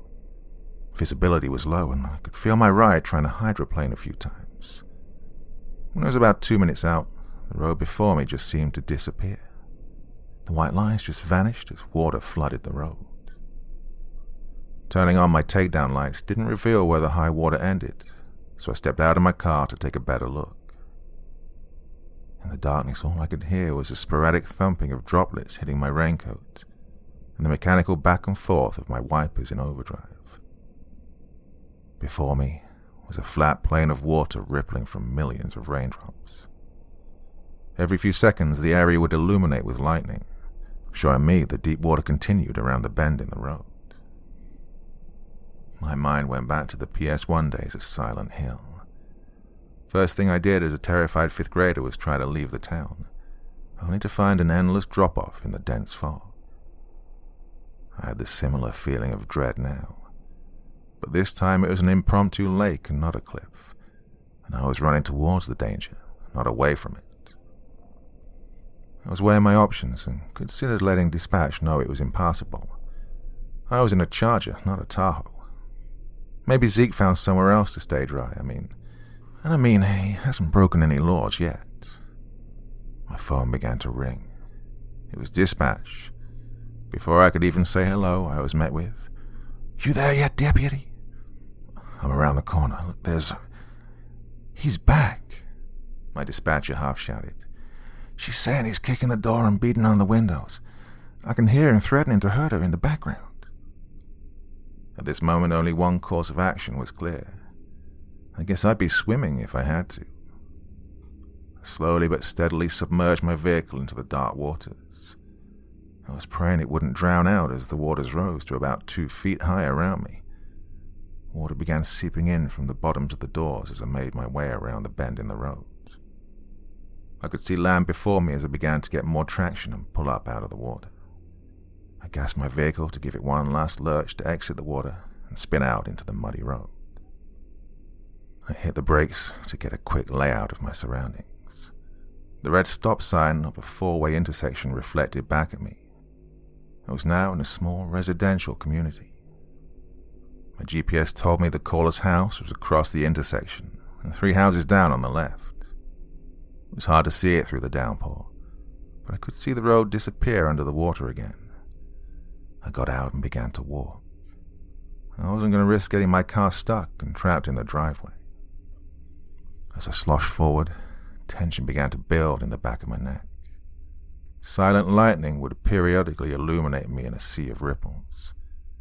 A cold feeling surrounded my thoughts. A black hole opened in my stomach, sucking all the confidence from me. This was new. I'd been scared before, but fight or flight always set in with a burst of nervous energy. But this was surreal. I felt like I was dreaming. I felt dread. I felt alone. I was in water up to my knees when I reached the yard. I finally got some higher ground the closer I came to the front door. I squished around to my left and my right, checking the sides of the house. The house was a double-sized trailer elevated 3 feet off the ground on stilts. I had to walk up the steep stairs to knock on the door. "Sheriff's Department," I yelled over the rain. I jumped back down with a splash of the narrow steps and scanned the darkness. I had heard rumbling at the door as it opened a couple of inches. I could see a feminine face peeking out at me. "Can I see a badge or something?" came her fearful voice. I cocked my head at this before I realized I was completely covered in my yellow wired-up raincoat. I unbuttoned my trench coat and shone my flashlight on my badge and duty belt. "He was here just now," she said nervously. Her eyes darted back and forth, scanning the darkness. I could hear the frantic cries of her child from deeper in the house. "Lock the door, but stay by it for me. I'll check around back, so don't worry if you hear me making noise back there." I waited till I heard her lock the door before pulling out my gun and circling around to the left. I circled round the whole house slowly, making the corners with deliberate slowness. My small but powerful flashlight held at the center of my chest with my gun at low, ready. The entire perimeter of the house checked clear. My head was on a swivel, checking the thick forest pushing in from the darkness. I even checked her small car, pulled on the doors to see if they were left unlocked. There was nothing suspicious. He was gone. But I felt eyes on me. The cold dread sat heavy in my stomach, making me slightly nauseous. I could feel a nervous tingle at the base of my skull, making me want to turn my head frequently. Then the obvious realization hit me, causing an extra punch to the gut. He was under the house. It was 3 feet off the ground. My dumbass had been walking around him. I was standing with my back a foot away from the house. I immediately dropped to one knee with a splash and twist to aim my weapon and light under the house, my mind half expecting the jump scare from Zeke, akin to the scene where they first show the xenomorph in the vents on Alien. My finger slowly loosened off the trigger as I saw nothing but interlocking planks of wood, cobwebs, and more darkness. I couldn't see fully under the house because it had been used to store old junk like a lawnmower, sandbags, and old bicycles. I stared intently for a while, trying to make out a human form. Every time I moved the blinding beam of light, it caused dark shadows to dance underneath, mimicking movement. I wasn't satisfied that he wasn't under there, but I couldn't see a damn thing. I backed away from the house and began to think. He was near, and he was probably watching me. I comforted myself with the realization he was scared of me, and I had a captive audience. He was either under the house or waiting in the forest, trying not to make a sound by running. "Zeke," I projected my voice with as much authority as I could. "This is the sheriff department. We know it's you out there." I did a 360 scan around me with my flashlight as I slowly continued. "You haven't broken any laws yet. Go home now, and that's the end of it. If I have to come back, you are definitely going to jail. I promise that." As I finished my speech, I let the silence hang in the air for dramatic effect. Thunder rolled in the distance to punctuate my seriousness. Feeling confident in my ultimatum, I sloshed my way back to my patrol car. But don't get me twisted, dear listener. I'm not inept or cowardly. No, I had a plan, and leaving was a ruse. When I got to my car, I called dispatch to tell her the plan. I told her to let our caller know I was going to drive back to the stop sign down the road and dark out to wait for Zeke to return. Soon, I was back in my car with all the lights out, staring down the dark road towards the house. As I sat in the darkness listening to the chaotic storm envelop me, I checked my phone. Only 10 minutes had passed, when I swear it had been an eternity. The strange dreamlike feeling flooded over me again. I had a quick thought telling me I never should have gone to the house in the first place. I'd been just sitting here imagining the whole series of events that had just passed. Unsure, I patted my ankles to see if they were still wet. They weren't. I'd never trudged in the water to check on the scared mother. But I remembered doing it. I don't know. Things are so foggy. I had the sudden urge to cry. Didn't know why. I just felt scared, so alone. Nothing made sense. I fought back a sob. A harsh voice spoke to me, cutting through my confusion like a poisoned knife through my brain. It said I should just end it. I should just use the tool holstered on my hip. God, I put my head against the coolness of my window. Hot tears ran down my face as my hand fumbled with the retention locks on my holster. The coolness of the window was my only relief before the end. Good thing it was snowing. The snow always made me sad as it formed a white coat of ice on my windows. Wait, what? Snow? In Texas? I jolted with a gasp in my seat, as if waking from a dream. Maybe I was. A micro-dream. I had had a couple of those in Marine Boot due to sleep deprivation. But why had it happened now? I shook my head vigorously to get my bearings back. The dark thoughts fled from me.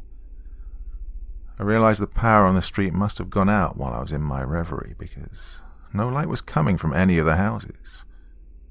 Visibility was zero, and the storm was a deafening cacophony by now.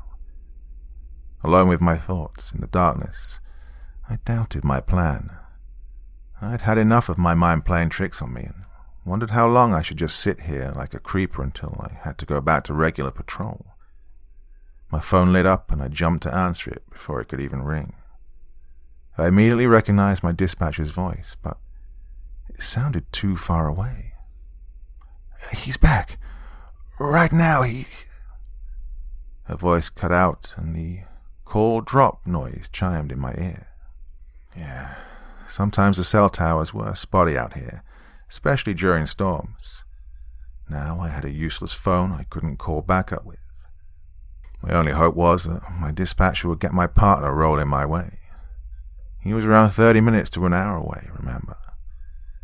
As I slammed my door behind me and began slogging through the rain, I thought to myself, on nights like this, I knew the future. I could just imagine the darkest timeline of events, and it would happen. The thought of my cell phone crapping out had been a whisper in my mind since the night began. I didn't bring it to the forefront of my thoughts in hope it wouldn't manifest, but it came true along with all the other bad vibes of the night. I prayed no more latent fears would come to fruition, especially the deepest fear we all have suppressed every time we wear a badge. I was splashing through the mini ocean leading up to the front porch when I heard the screaming of the child.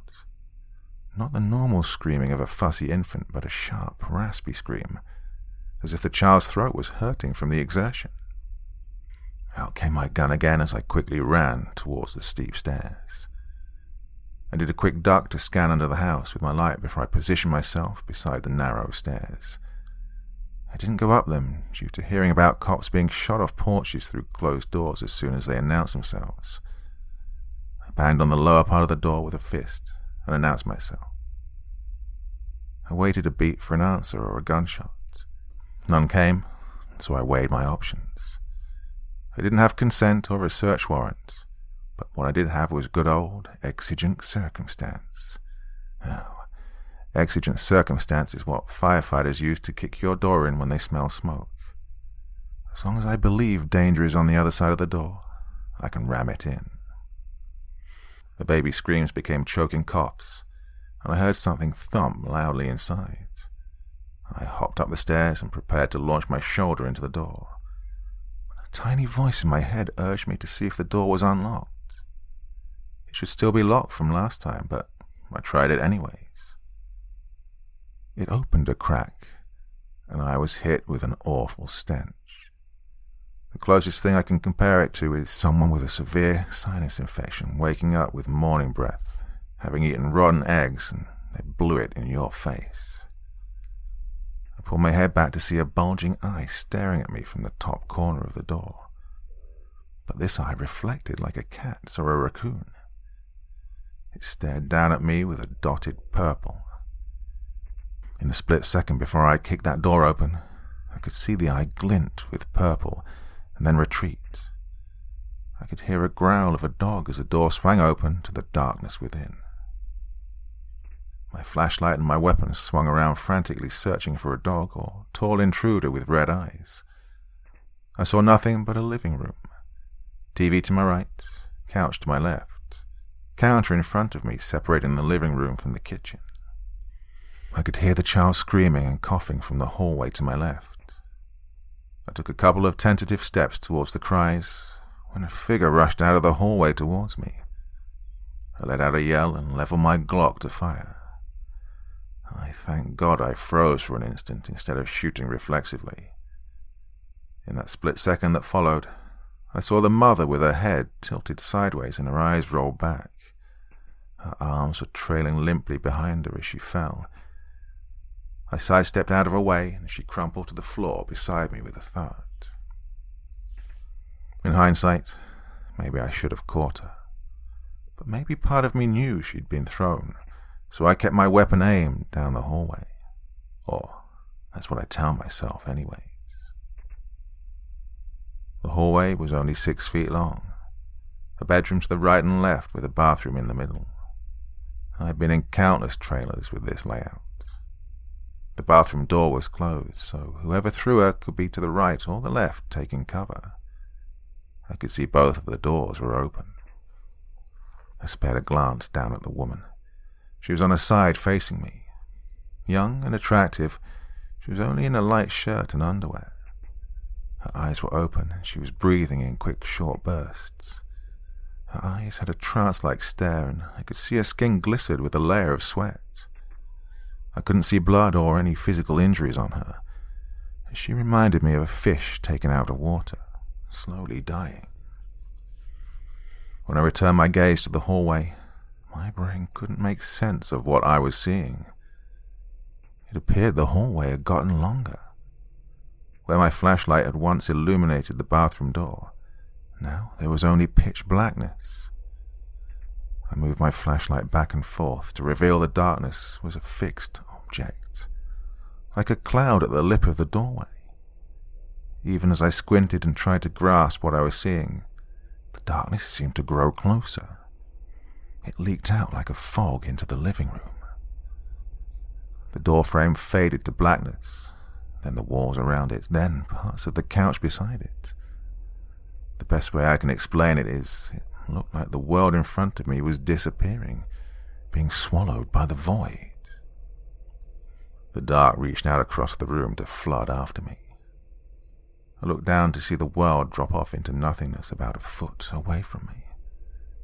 The bare legs of the woman laying beside me had already been consumed by it.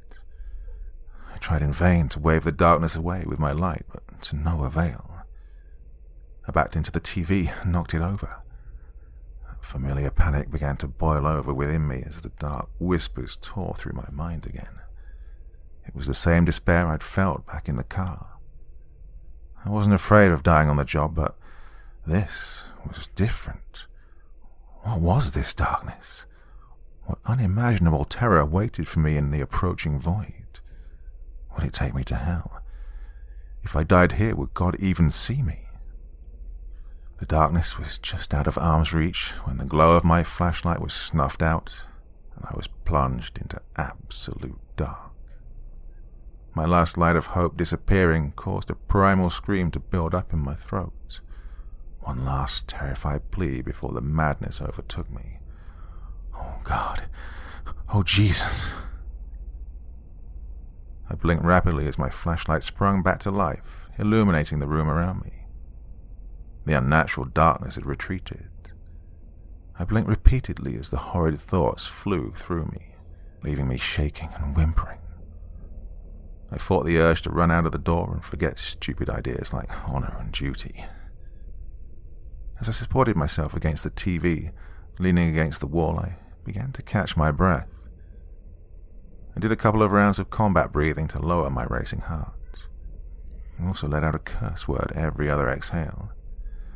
I had a job to do, and I knew I had to replace paralyzing fear with something else. Life had taught me anger could override fear and pushed you past exhaustion in a pinch. I also steadied myself with a mental checklist. I would finish this call. I'd find the baby, call an ambulance for Mom, and stop Zeke, or whatever it was out here. Then I could go 10-8 and drink coffee at the office. Everything would be like normal. I knelt down to check on the mother. She wouldn't respond to anything I asked her. Her pupils were as big as saucers and showed no reaction to my light. A brief pat-down revealed no apparent injuries. But then I heard it again, the soft cry of an infant. But it wasn't coming from the hallway. It sounded closer. I shot up and immediately saw a figure to the right of my periphery. I twirled to highlight a dark figure of a person standing in the kitchen. The figure's back was turned to me with shoulders hunched. It wore a ratty black raincoat, torn and frayed. "Let me see your hands," I yelled. The figure didn't budge. I could hear him mumbling as he bobbed his shoulder. "Hey, listen to me, asshole. I swear to God I will shoot you. Hands up, turn around, slowly." I could hear him start softly cooing. "But my hands are full, deputy," he croaked as he slowly turned around.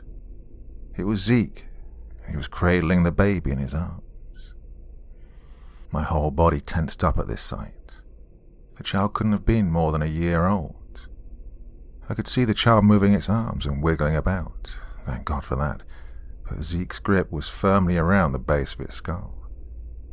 His disgusting hand palming its delicate head like he was holding a baseball. The dirty nail of his on-pointer finger gently tapping the child's nose. I mentally weighed my options. Seeing Zeke holding the child reminded me of how terrified I felt when I first held my newborn nephew. He was so fragile, I thought I could crush him on accident. I knew Zeke was playing upon that fear to keep me at bay. I could shoot him in the face. It wouldn't be the hardest shot to make. He wasn't but 7 feet from me, but he would drop the baby. As if sensing my thoughts, Zeke let go of the child's head and it dangled upside down by the leg.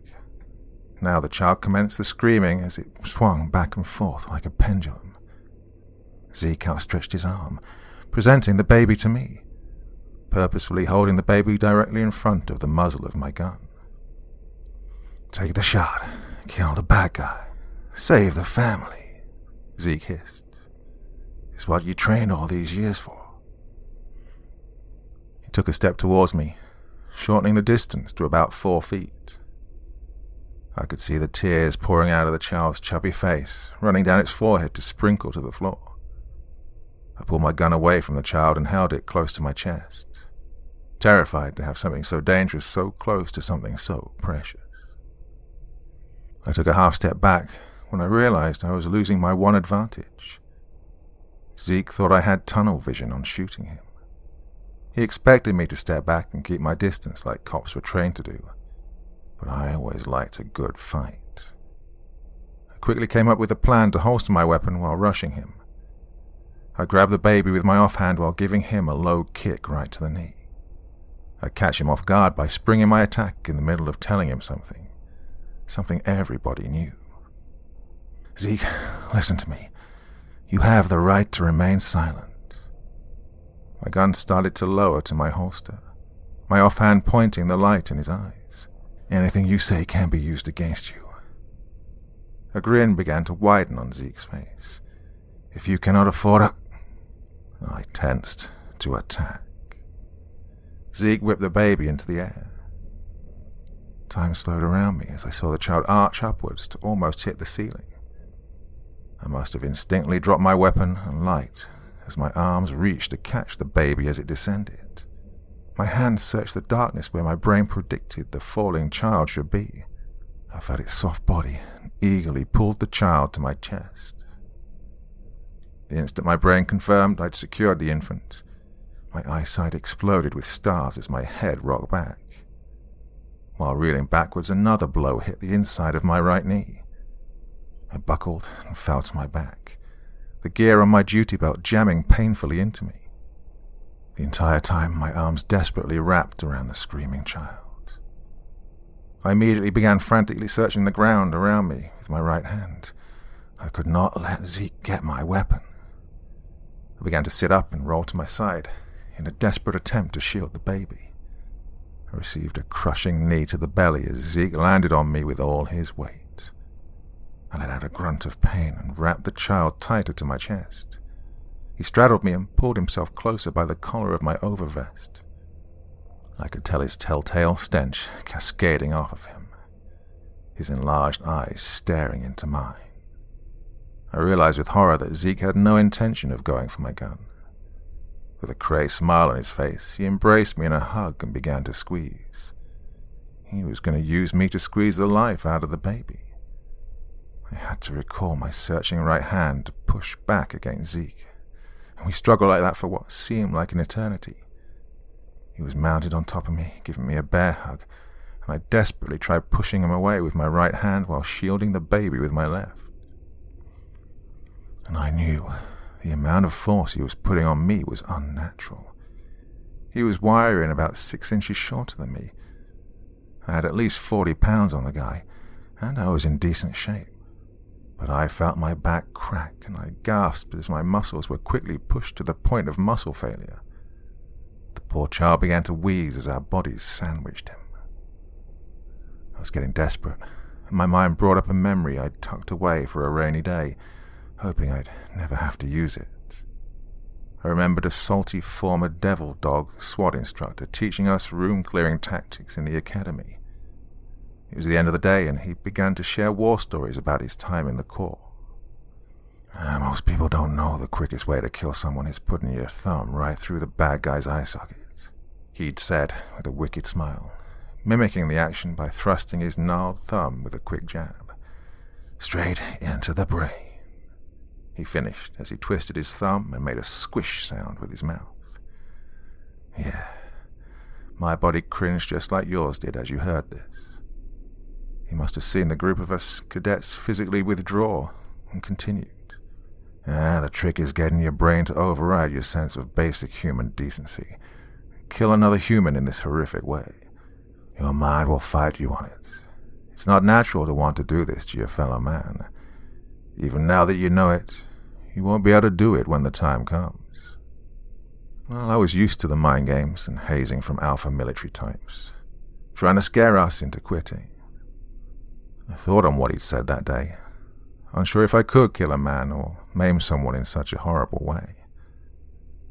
I would have to exhaust all other options. But now, as I lay on my back, my body failing, and a child being crushed between us, I had to dig deep to survive. Zeke blinked for the first time during this whole confrontation. A look of realization passed over him. He grinned even wider as he began to chuckle. He released me from his hug and quickly grabbed my head with both hands, his thumbs moving from my eyes. I closed my eyes as I felt his dirty thumbnails scrape across my eyelids.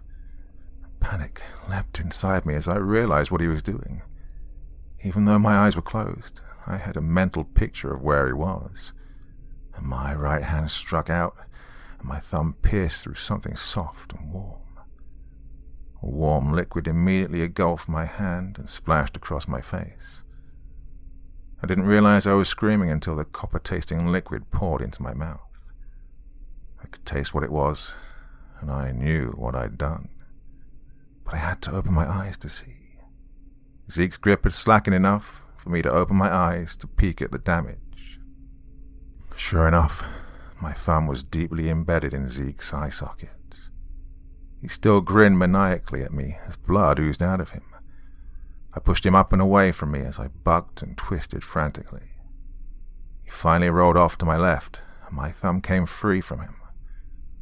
I heard him kicking and thumping away from me as he retreated into the darkness. I sat up with the child and quickly searched to my right for my gun. I found it and snatched it up quickly and then scanned the room. I couldn't see Zeke, so I scanned back and forth repeatedly. The child resumed its deafening scream, and I could feel my heart pounding through my entire body. After a couple of moments of pointing my weapon at the dark and cradling the child, my mind began to work again. I noticed how strange my weapon felt in my blood-covered hand, and I noticed the screaming baby sounded loud and healthy, and I noticed we were both alone. Alone. The child's mother was missing. I sat there, overwhelmed, but first things first, I had to deal with the infant in my arms. Retrieving my light, I slowly stood and searched the room for a safe place to lay my screaming bundle. I settled with placing the baby on the floor and building up a pillow fort around it with throw pillows. I could feel precious seconds being wasted. As much as I wanted to stay with the baby, the longer Zeke was alone with the mother, well, with trepidation I stood to face the hallway. Zeke must have taken her back there. I stepped forward, deciding on the door to my right first.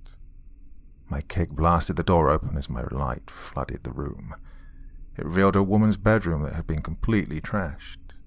It looked like an explosion had occurred from a large hole in the center of the room. Wood and torn carpet was scattered all across the area. The flooring was bent up and outwards like something had come up through the bottom. I leaned over the hole to see down into the muddy ground beneath. Is this how Zeke got in? It looked like the Hulk had smashed his way up through the floor. Any other time I wouldn't have believed it, but sanity had left the moment I was dispatched to this house. I knew he could still be down there with her. If I crawled down there, I'd be putting myself in dangerously tight corridors with Zeke again.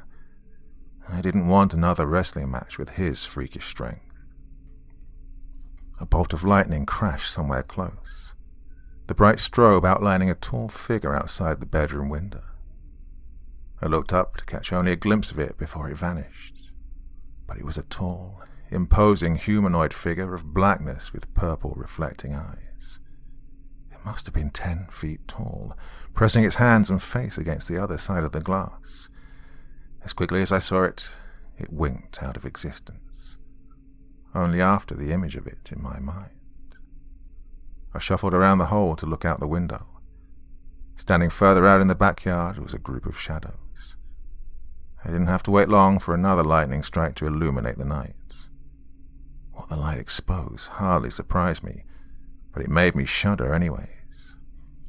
It was Zeke, soaking in the rain, his outstretched arm holding the mother up by the back of her neck to face me. The unnatural ease in which he held her outwards was as effortless as he had held the baby. It was as if he was presenting her to me. A twisted grin dominated his bloodied, one-eyed face as she hung limply. He beckoned me with his free hand to come, before turning curtly and strolling for the woods with her. I spat a curse at him as he faded into the trees. I had to get her back. I couldn't care less if he got away in the end, but I couldn't live with my final memory of her being taken by that grinning Cyclops. He'd sought her out this night, and I had to stop whatever morbid plans he'd had for her. I ran back into the kitchen and located a back door. I flew out into the cold rain, jumping down the slick steps and sprinting towards the woods. I could see where the foliage parted to make a small pathway. This was around the place I'd last spotted Zeke, so he must have taken it. Once I hit the tree line, my momentum almost came to a stop. The water sloshed up to my knees as I took heavy steps forward. After trudging a few yards into the woods, I spotted a glimpse of movement pulling away from me. Every time I thought I'd lost Zeke's trail, I'd see him slipping further into the darkness, dragging the poor woman with him. My legs burned as I forced myself forward through the deep foliage. I tried to keep Zeke in my sights through the blinding trees and vines. I don't know how long I chased after him. Time did its weird thing again. I fell into a fugue state of desperation and exhaustion. All I knew was I had to keep moving forward. Though I was surrounded by a thick forest, I felt isolated, like I was floating in the void of space or standing at the edge of a great chasm. The darkness outside the reach of my light was a void into nothing. It seemed only the immediate area where I stood was solid. The only things tangible around me were the figures my light discovered. As soon as I moved past the ground I stood on, or my light passed by the surroundings, the matter returned to nothing. I could fall into the abyss and never be heard from again. Another soul lost to the forest. How long would it take before people noticed I was missing? Maybe it would be deemed important enough for a small local news report. My sheriff might call in reserves and troopers to have the woods search for me, but after a couple of weeks it would be called off. Too expensive to keep up. I know because I've seen it happen a couple of times. I would just be gone. No one would really know that I'd been swallowed up by despair, that I had glitched out of this reality to be forever falling in darkness. In my grim reverie of stalking after Zeke, I was vaguely aware of something shadowing me. From my peripherals, I'd catch the dark figure with purple eyes keeping pace with me. I could smell the stink of BO and bad breath wafting around me. I wanted to turn my head and face the creature directly, but was too afraid of losing track of Zeke. He was pulling further and further away from me as my body screamed for rest. Zeke disappeared through some shrubbery, and I yelled in frustration as I urged myself to speed up. The corners of my vision faded, and I knew I was on the verge of passing out. on the cusp of falling into the water in exhaustion, I broke through the shrubs and entered a clearing. I looked around in wonder. A perfect circle with a 30-yard diameter. In the middle of the clearing stood an old tree stump, jutting 3 feet out of the water. I could see a small sapling shooting out of the dead tree, its skinny branches reaching about 15 feet above the water. With a flash of lightning, I noticed Zeke standing next to the tree, holding the slumping woman by the collar. He had his hand reached up, playing with something swinging from the tree. As I stumbled over, I could see it was a noose. Something old for something new, Zeke proclaimed loudly, still focused on the noose. This is what my Jesus demands. The way he said, my Jesus, made it clear it wasn't the Jesus Joel Osteen was peddling. He finally turned to face me. With an effortless and fluid motion, he hoisted the limp woman atop the tree stump. It's got to be something sweet, he says. Zeke groaned, his one eye throwing daggers at me. Maybe it can be you. Let's see what he says. But someone hangs from the tree. I want you, though. You and the baby are just a bonus. After the massacre, I'll return to stomp the life out of that child. I'd had about enough of this cryptic voodoo talk and threats. I knew I couldn't take him hand to hand, but now he couldn't use the woman as a shield. I leveled my pistol and fired 2 quick bursts. My ears rang after the shots, the smell of gunpowder enveloping me. 2 sporadic sounds of bloop, bloop as the casings hit the water. I closed the gap between us to about 5 yards. An easy shot. So why didn't Zeke go down? Not even a flinch. I figured excitement and heart rate had made me miss. So in anger, I squeezed off 5 more rounds while marching towards him. It felt like I was shooting through a shadow. He just stared at me with his cyclops eye. And when I came to about 7 feet, I stopped. We stared at each other for a while, him glaring while I breathed raggedly. The only movement was the downpour around us. I knew I was out of options. It began to dawn on me I was going to die out here with the girl. We were both going to die, and I couldn't save her. I'd chosen to chase this possessed man to the place from where I would never return. A willing sacrifice. A mental picture flashed through my head. I'd be laid out on the tree stump, like a tribute on an altar, while the woman hung lifeless from the branch above me. Zeke smiled at me and gave a short laugh. He stretched his arms out wide, as if welcoming me for a hug.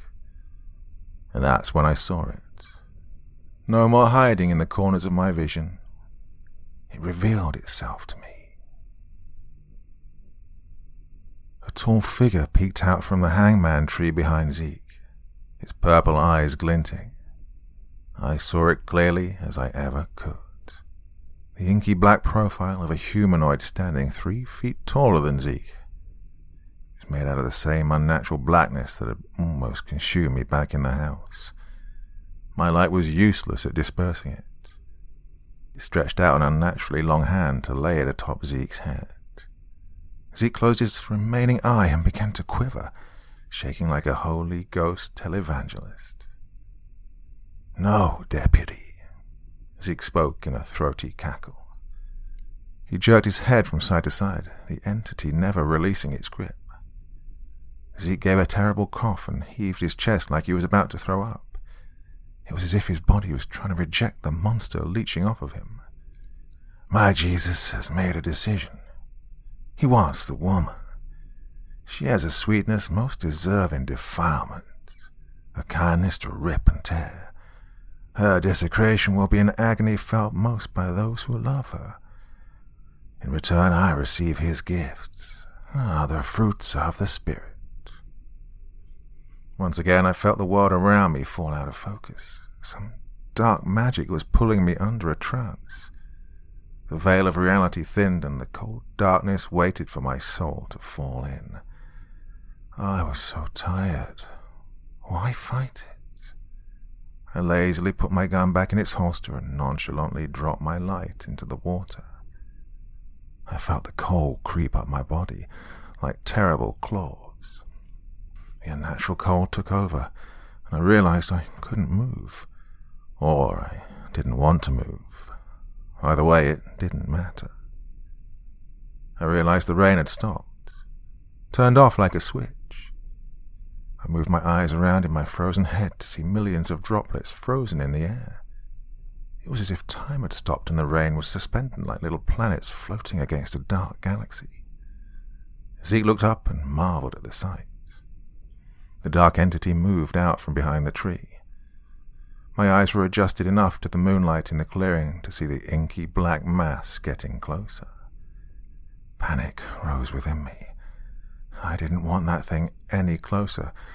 Not to touch me. I just knew if it touched me, it would be the most violating thing ever. But I still didn't move. It was useless to resist. The darkness was inevitable. It lowered itself in front of me, its glinting saucer eyes staring into mine. And of course, that overwhelming smell followed.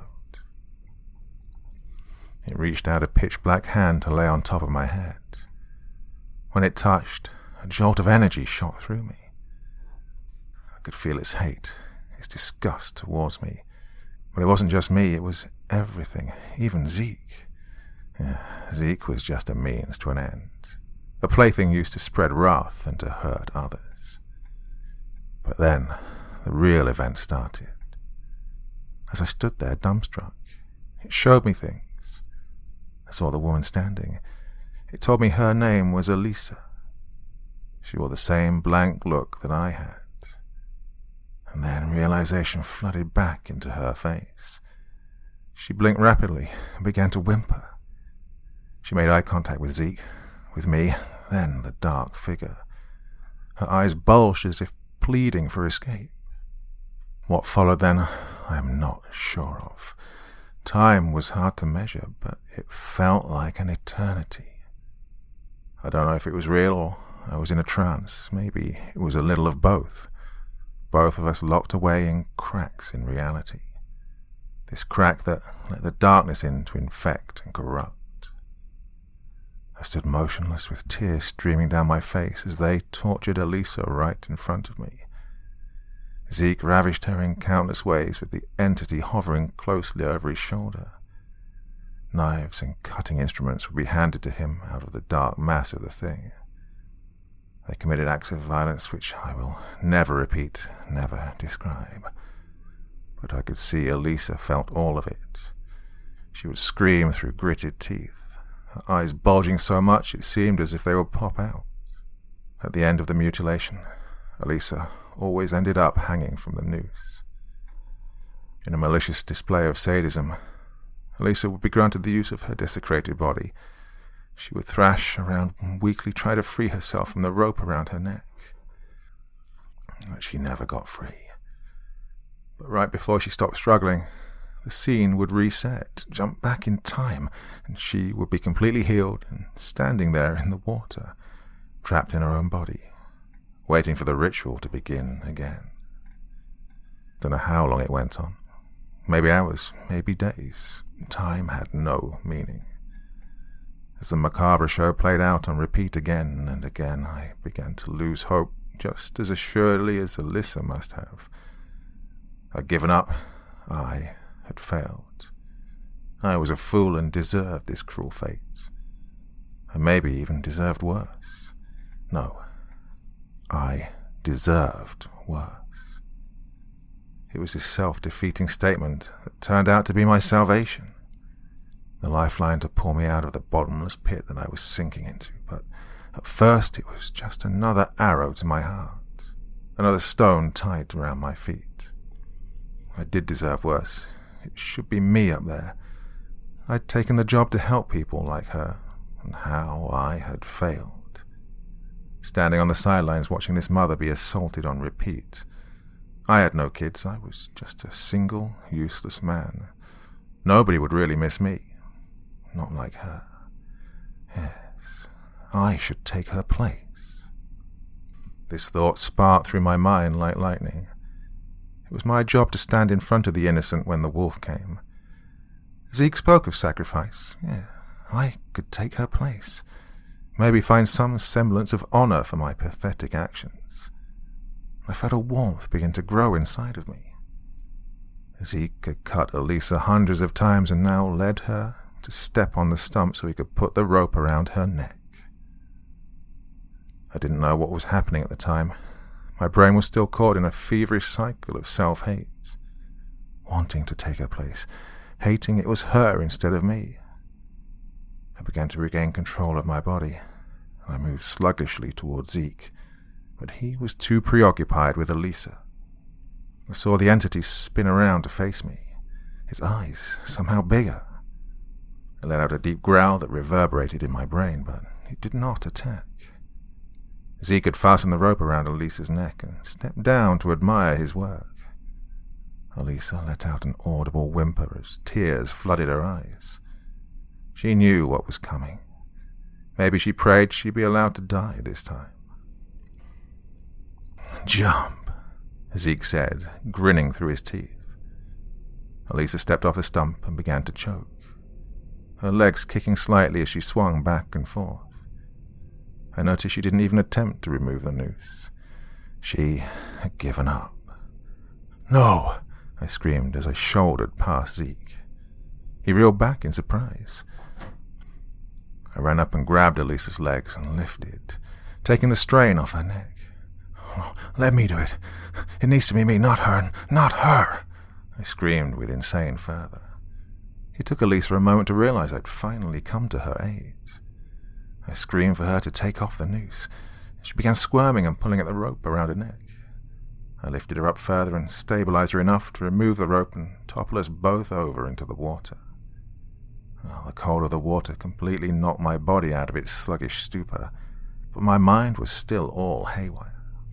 I pulled Elisa out of the water and leaned her against the tree trunk. She stared back at me and began screaming as she wrapped her arms around me. She hid her face in my chest and refused to even look up at the monsters.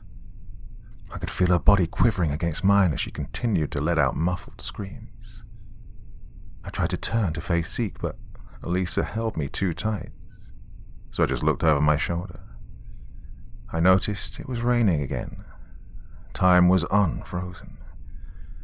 "No, take me instead," I pleaded. "She's had enough. She's done. I'm a willing sacrifice. Let her sins be mine." I don't know where that last sentence came from. Divine intervention? I just don't know. My mind was still in a tailspin of misery. All I know is the entity didn't like it. I heard a loud, unnatural yell. A bark, a growl. The closest thing I can compare it to is a mix between a baboon and a jaguar. It was terrifying, and I knew it had come from the tall shadow. As if it was a command, Zeke started raining blows down on my head, pounding hammer fists over and over. I squeezed Elisa closer to shield her from the blows. I could take the pain. I wanted the pain. Zeke then tried to pull me off of her, but I held on. And that's when I realized Zeke had lost his strength. His blows hurt, but they were the blows of a normal man. He couldn't even pull me away from Elisa. A small beacon of hope bloomed in my soul. Zeke began cursing me. Hopefully he was reading my mind as I thought the most heinous things about him. Then he reached for my gun on my hip. I have a level 3 retention holster, meaning you have to press a button, hold it down, and rock it forward to release the gun. It takes practice, but Zeke manipulated it so smoothly and immediately pulled it away from me. I half turned to face him, still shielding Elisa away from him. Zeke huffed and pointed my gun at me with a shaky hand. "You would die for her, pig?" he screamed at me. "Yes, you backwards inbred," I spat in defiance. I had already accepted my fate. If I was to die, at least it would mean Elisa would survive. One honorable thing during a life of failure. "I'll kill you, and I'll kill your girl anyways," Zeke shrieked. I closed my eyes and waited for the hot bullets to pierce my body. Oh, what does it feel like being shot? Will he make it quick or go for the head? Closed casket for sure, but the shots never came. 10 seconds felt like 10 hours before I opened my eyes. Zeke's face was one of confusion. His body quivered as his eye twitched around in its socket. That's when I finally noticed the entity had placed a hand back on Zeke's head. Zeke gritted his teeth and let out a huff of frustration. It didn't take long for me to realize Zeke was frozen, like Elisa had been. "Let me do it," Zeke begged. The muscles in his neck strained and his outstretched arm twitched. I could tell Zeke desperately wanted to put the required pressure on the trigger to blow my face off. He tried to look at the entity even though his head couldn't move. The creature was just inches from him, just outside of his field of vision, and began to whisper in his ear. Zeke's expression transformed from anger to fear. "No, we had an agreement," Zeke pleaded.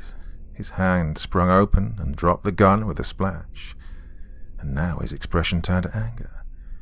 "You forsake me, you liar! I still have time, I still have power. He's just a damn idiot. I'll get you the girl." The entity shot another hand into Zeke's chest and let out a sharp hiss. Zeke's face contorted in pain, and he began to cough. The shadow creature grew bigger, towering over him.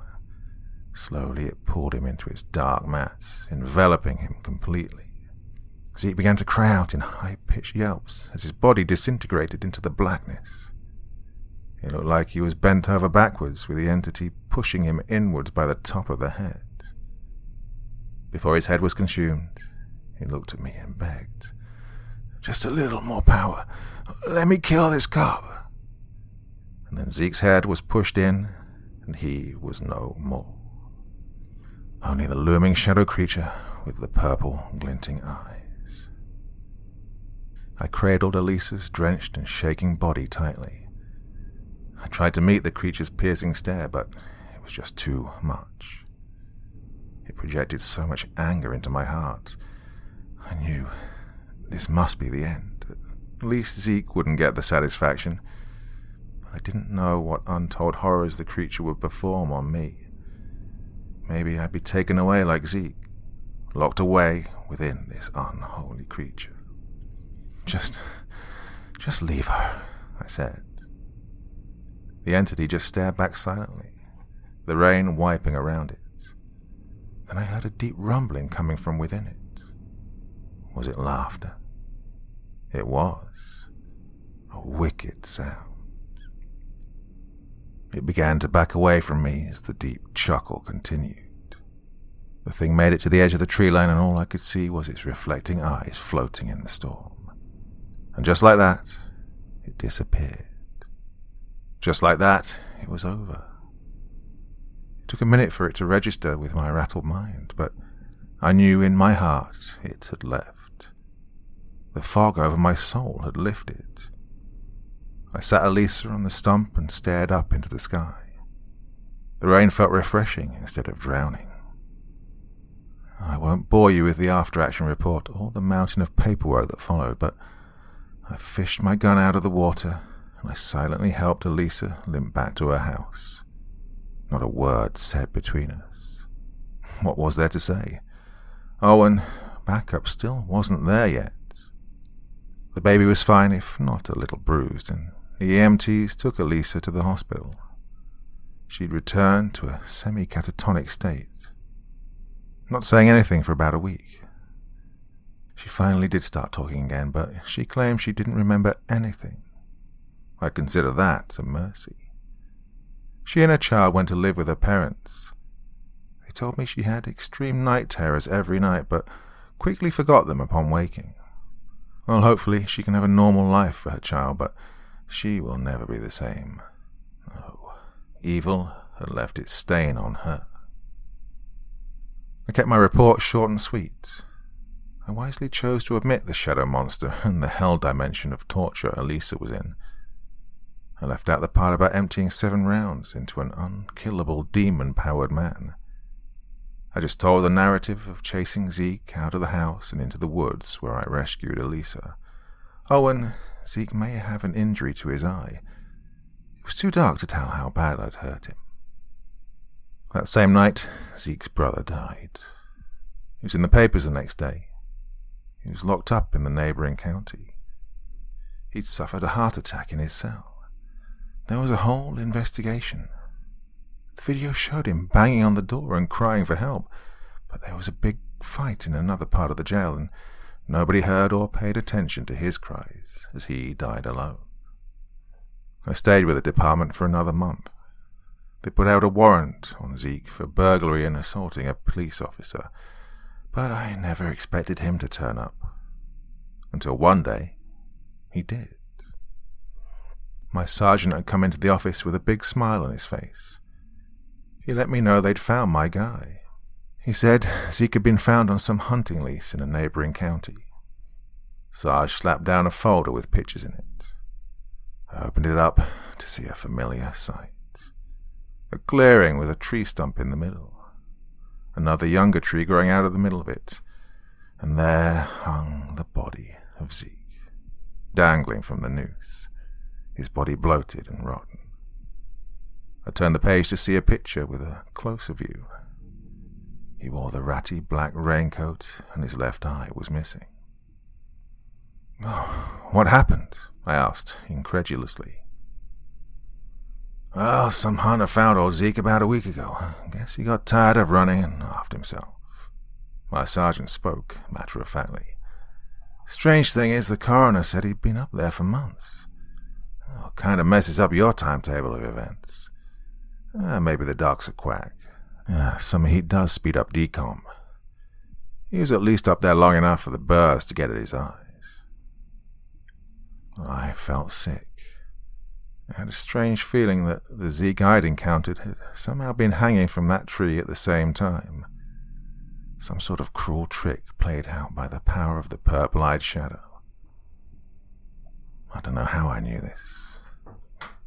It's just like I'd always known. Before my sergeant walked into his office, he turned to face me.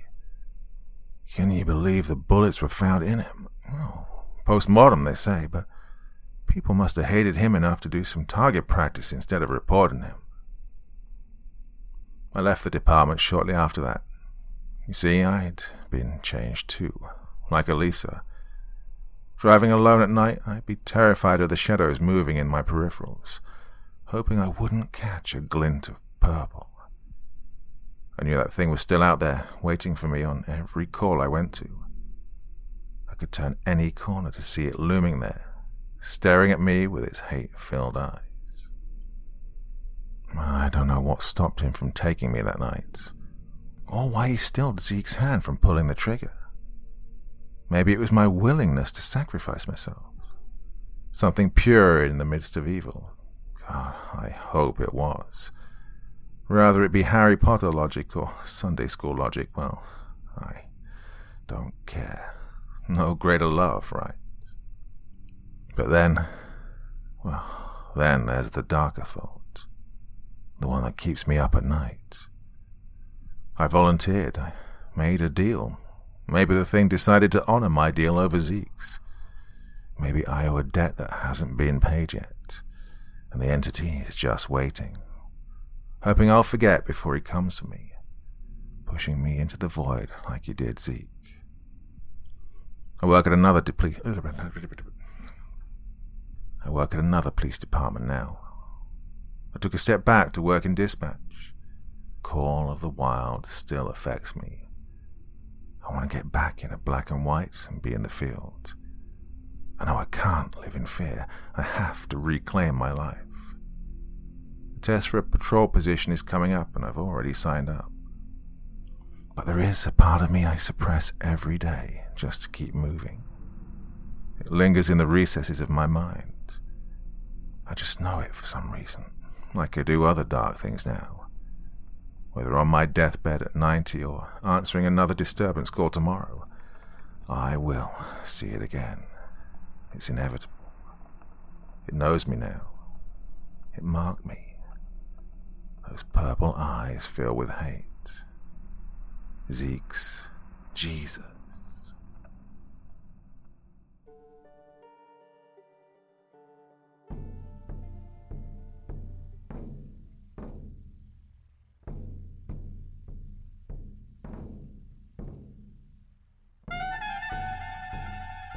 And so once again, we reach the end of tonight's podcast. My thanks as always to the authors of those wonderful stories, and to you for taking the time to listen. Now, I'd ask one small favor of you. Wherever you get your podcast from, please write a few nice words and leave a 5-star review, as it really helps the podcast. That's it for this week, but I'll be back again same time, same place, and I do so hope you'll join me once more. Until next time, sweet dreams and bye-bye.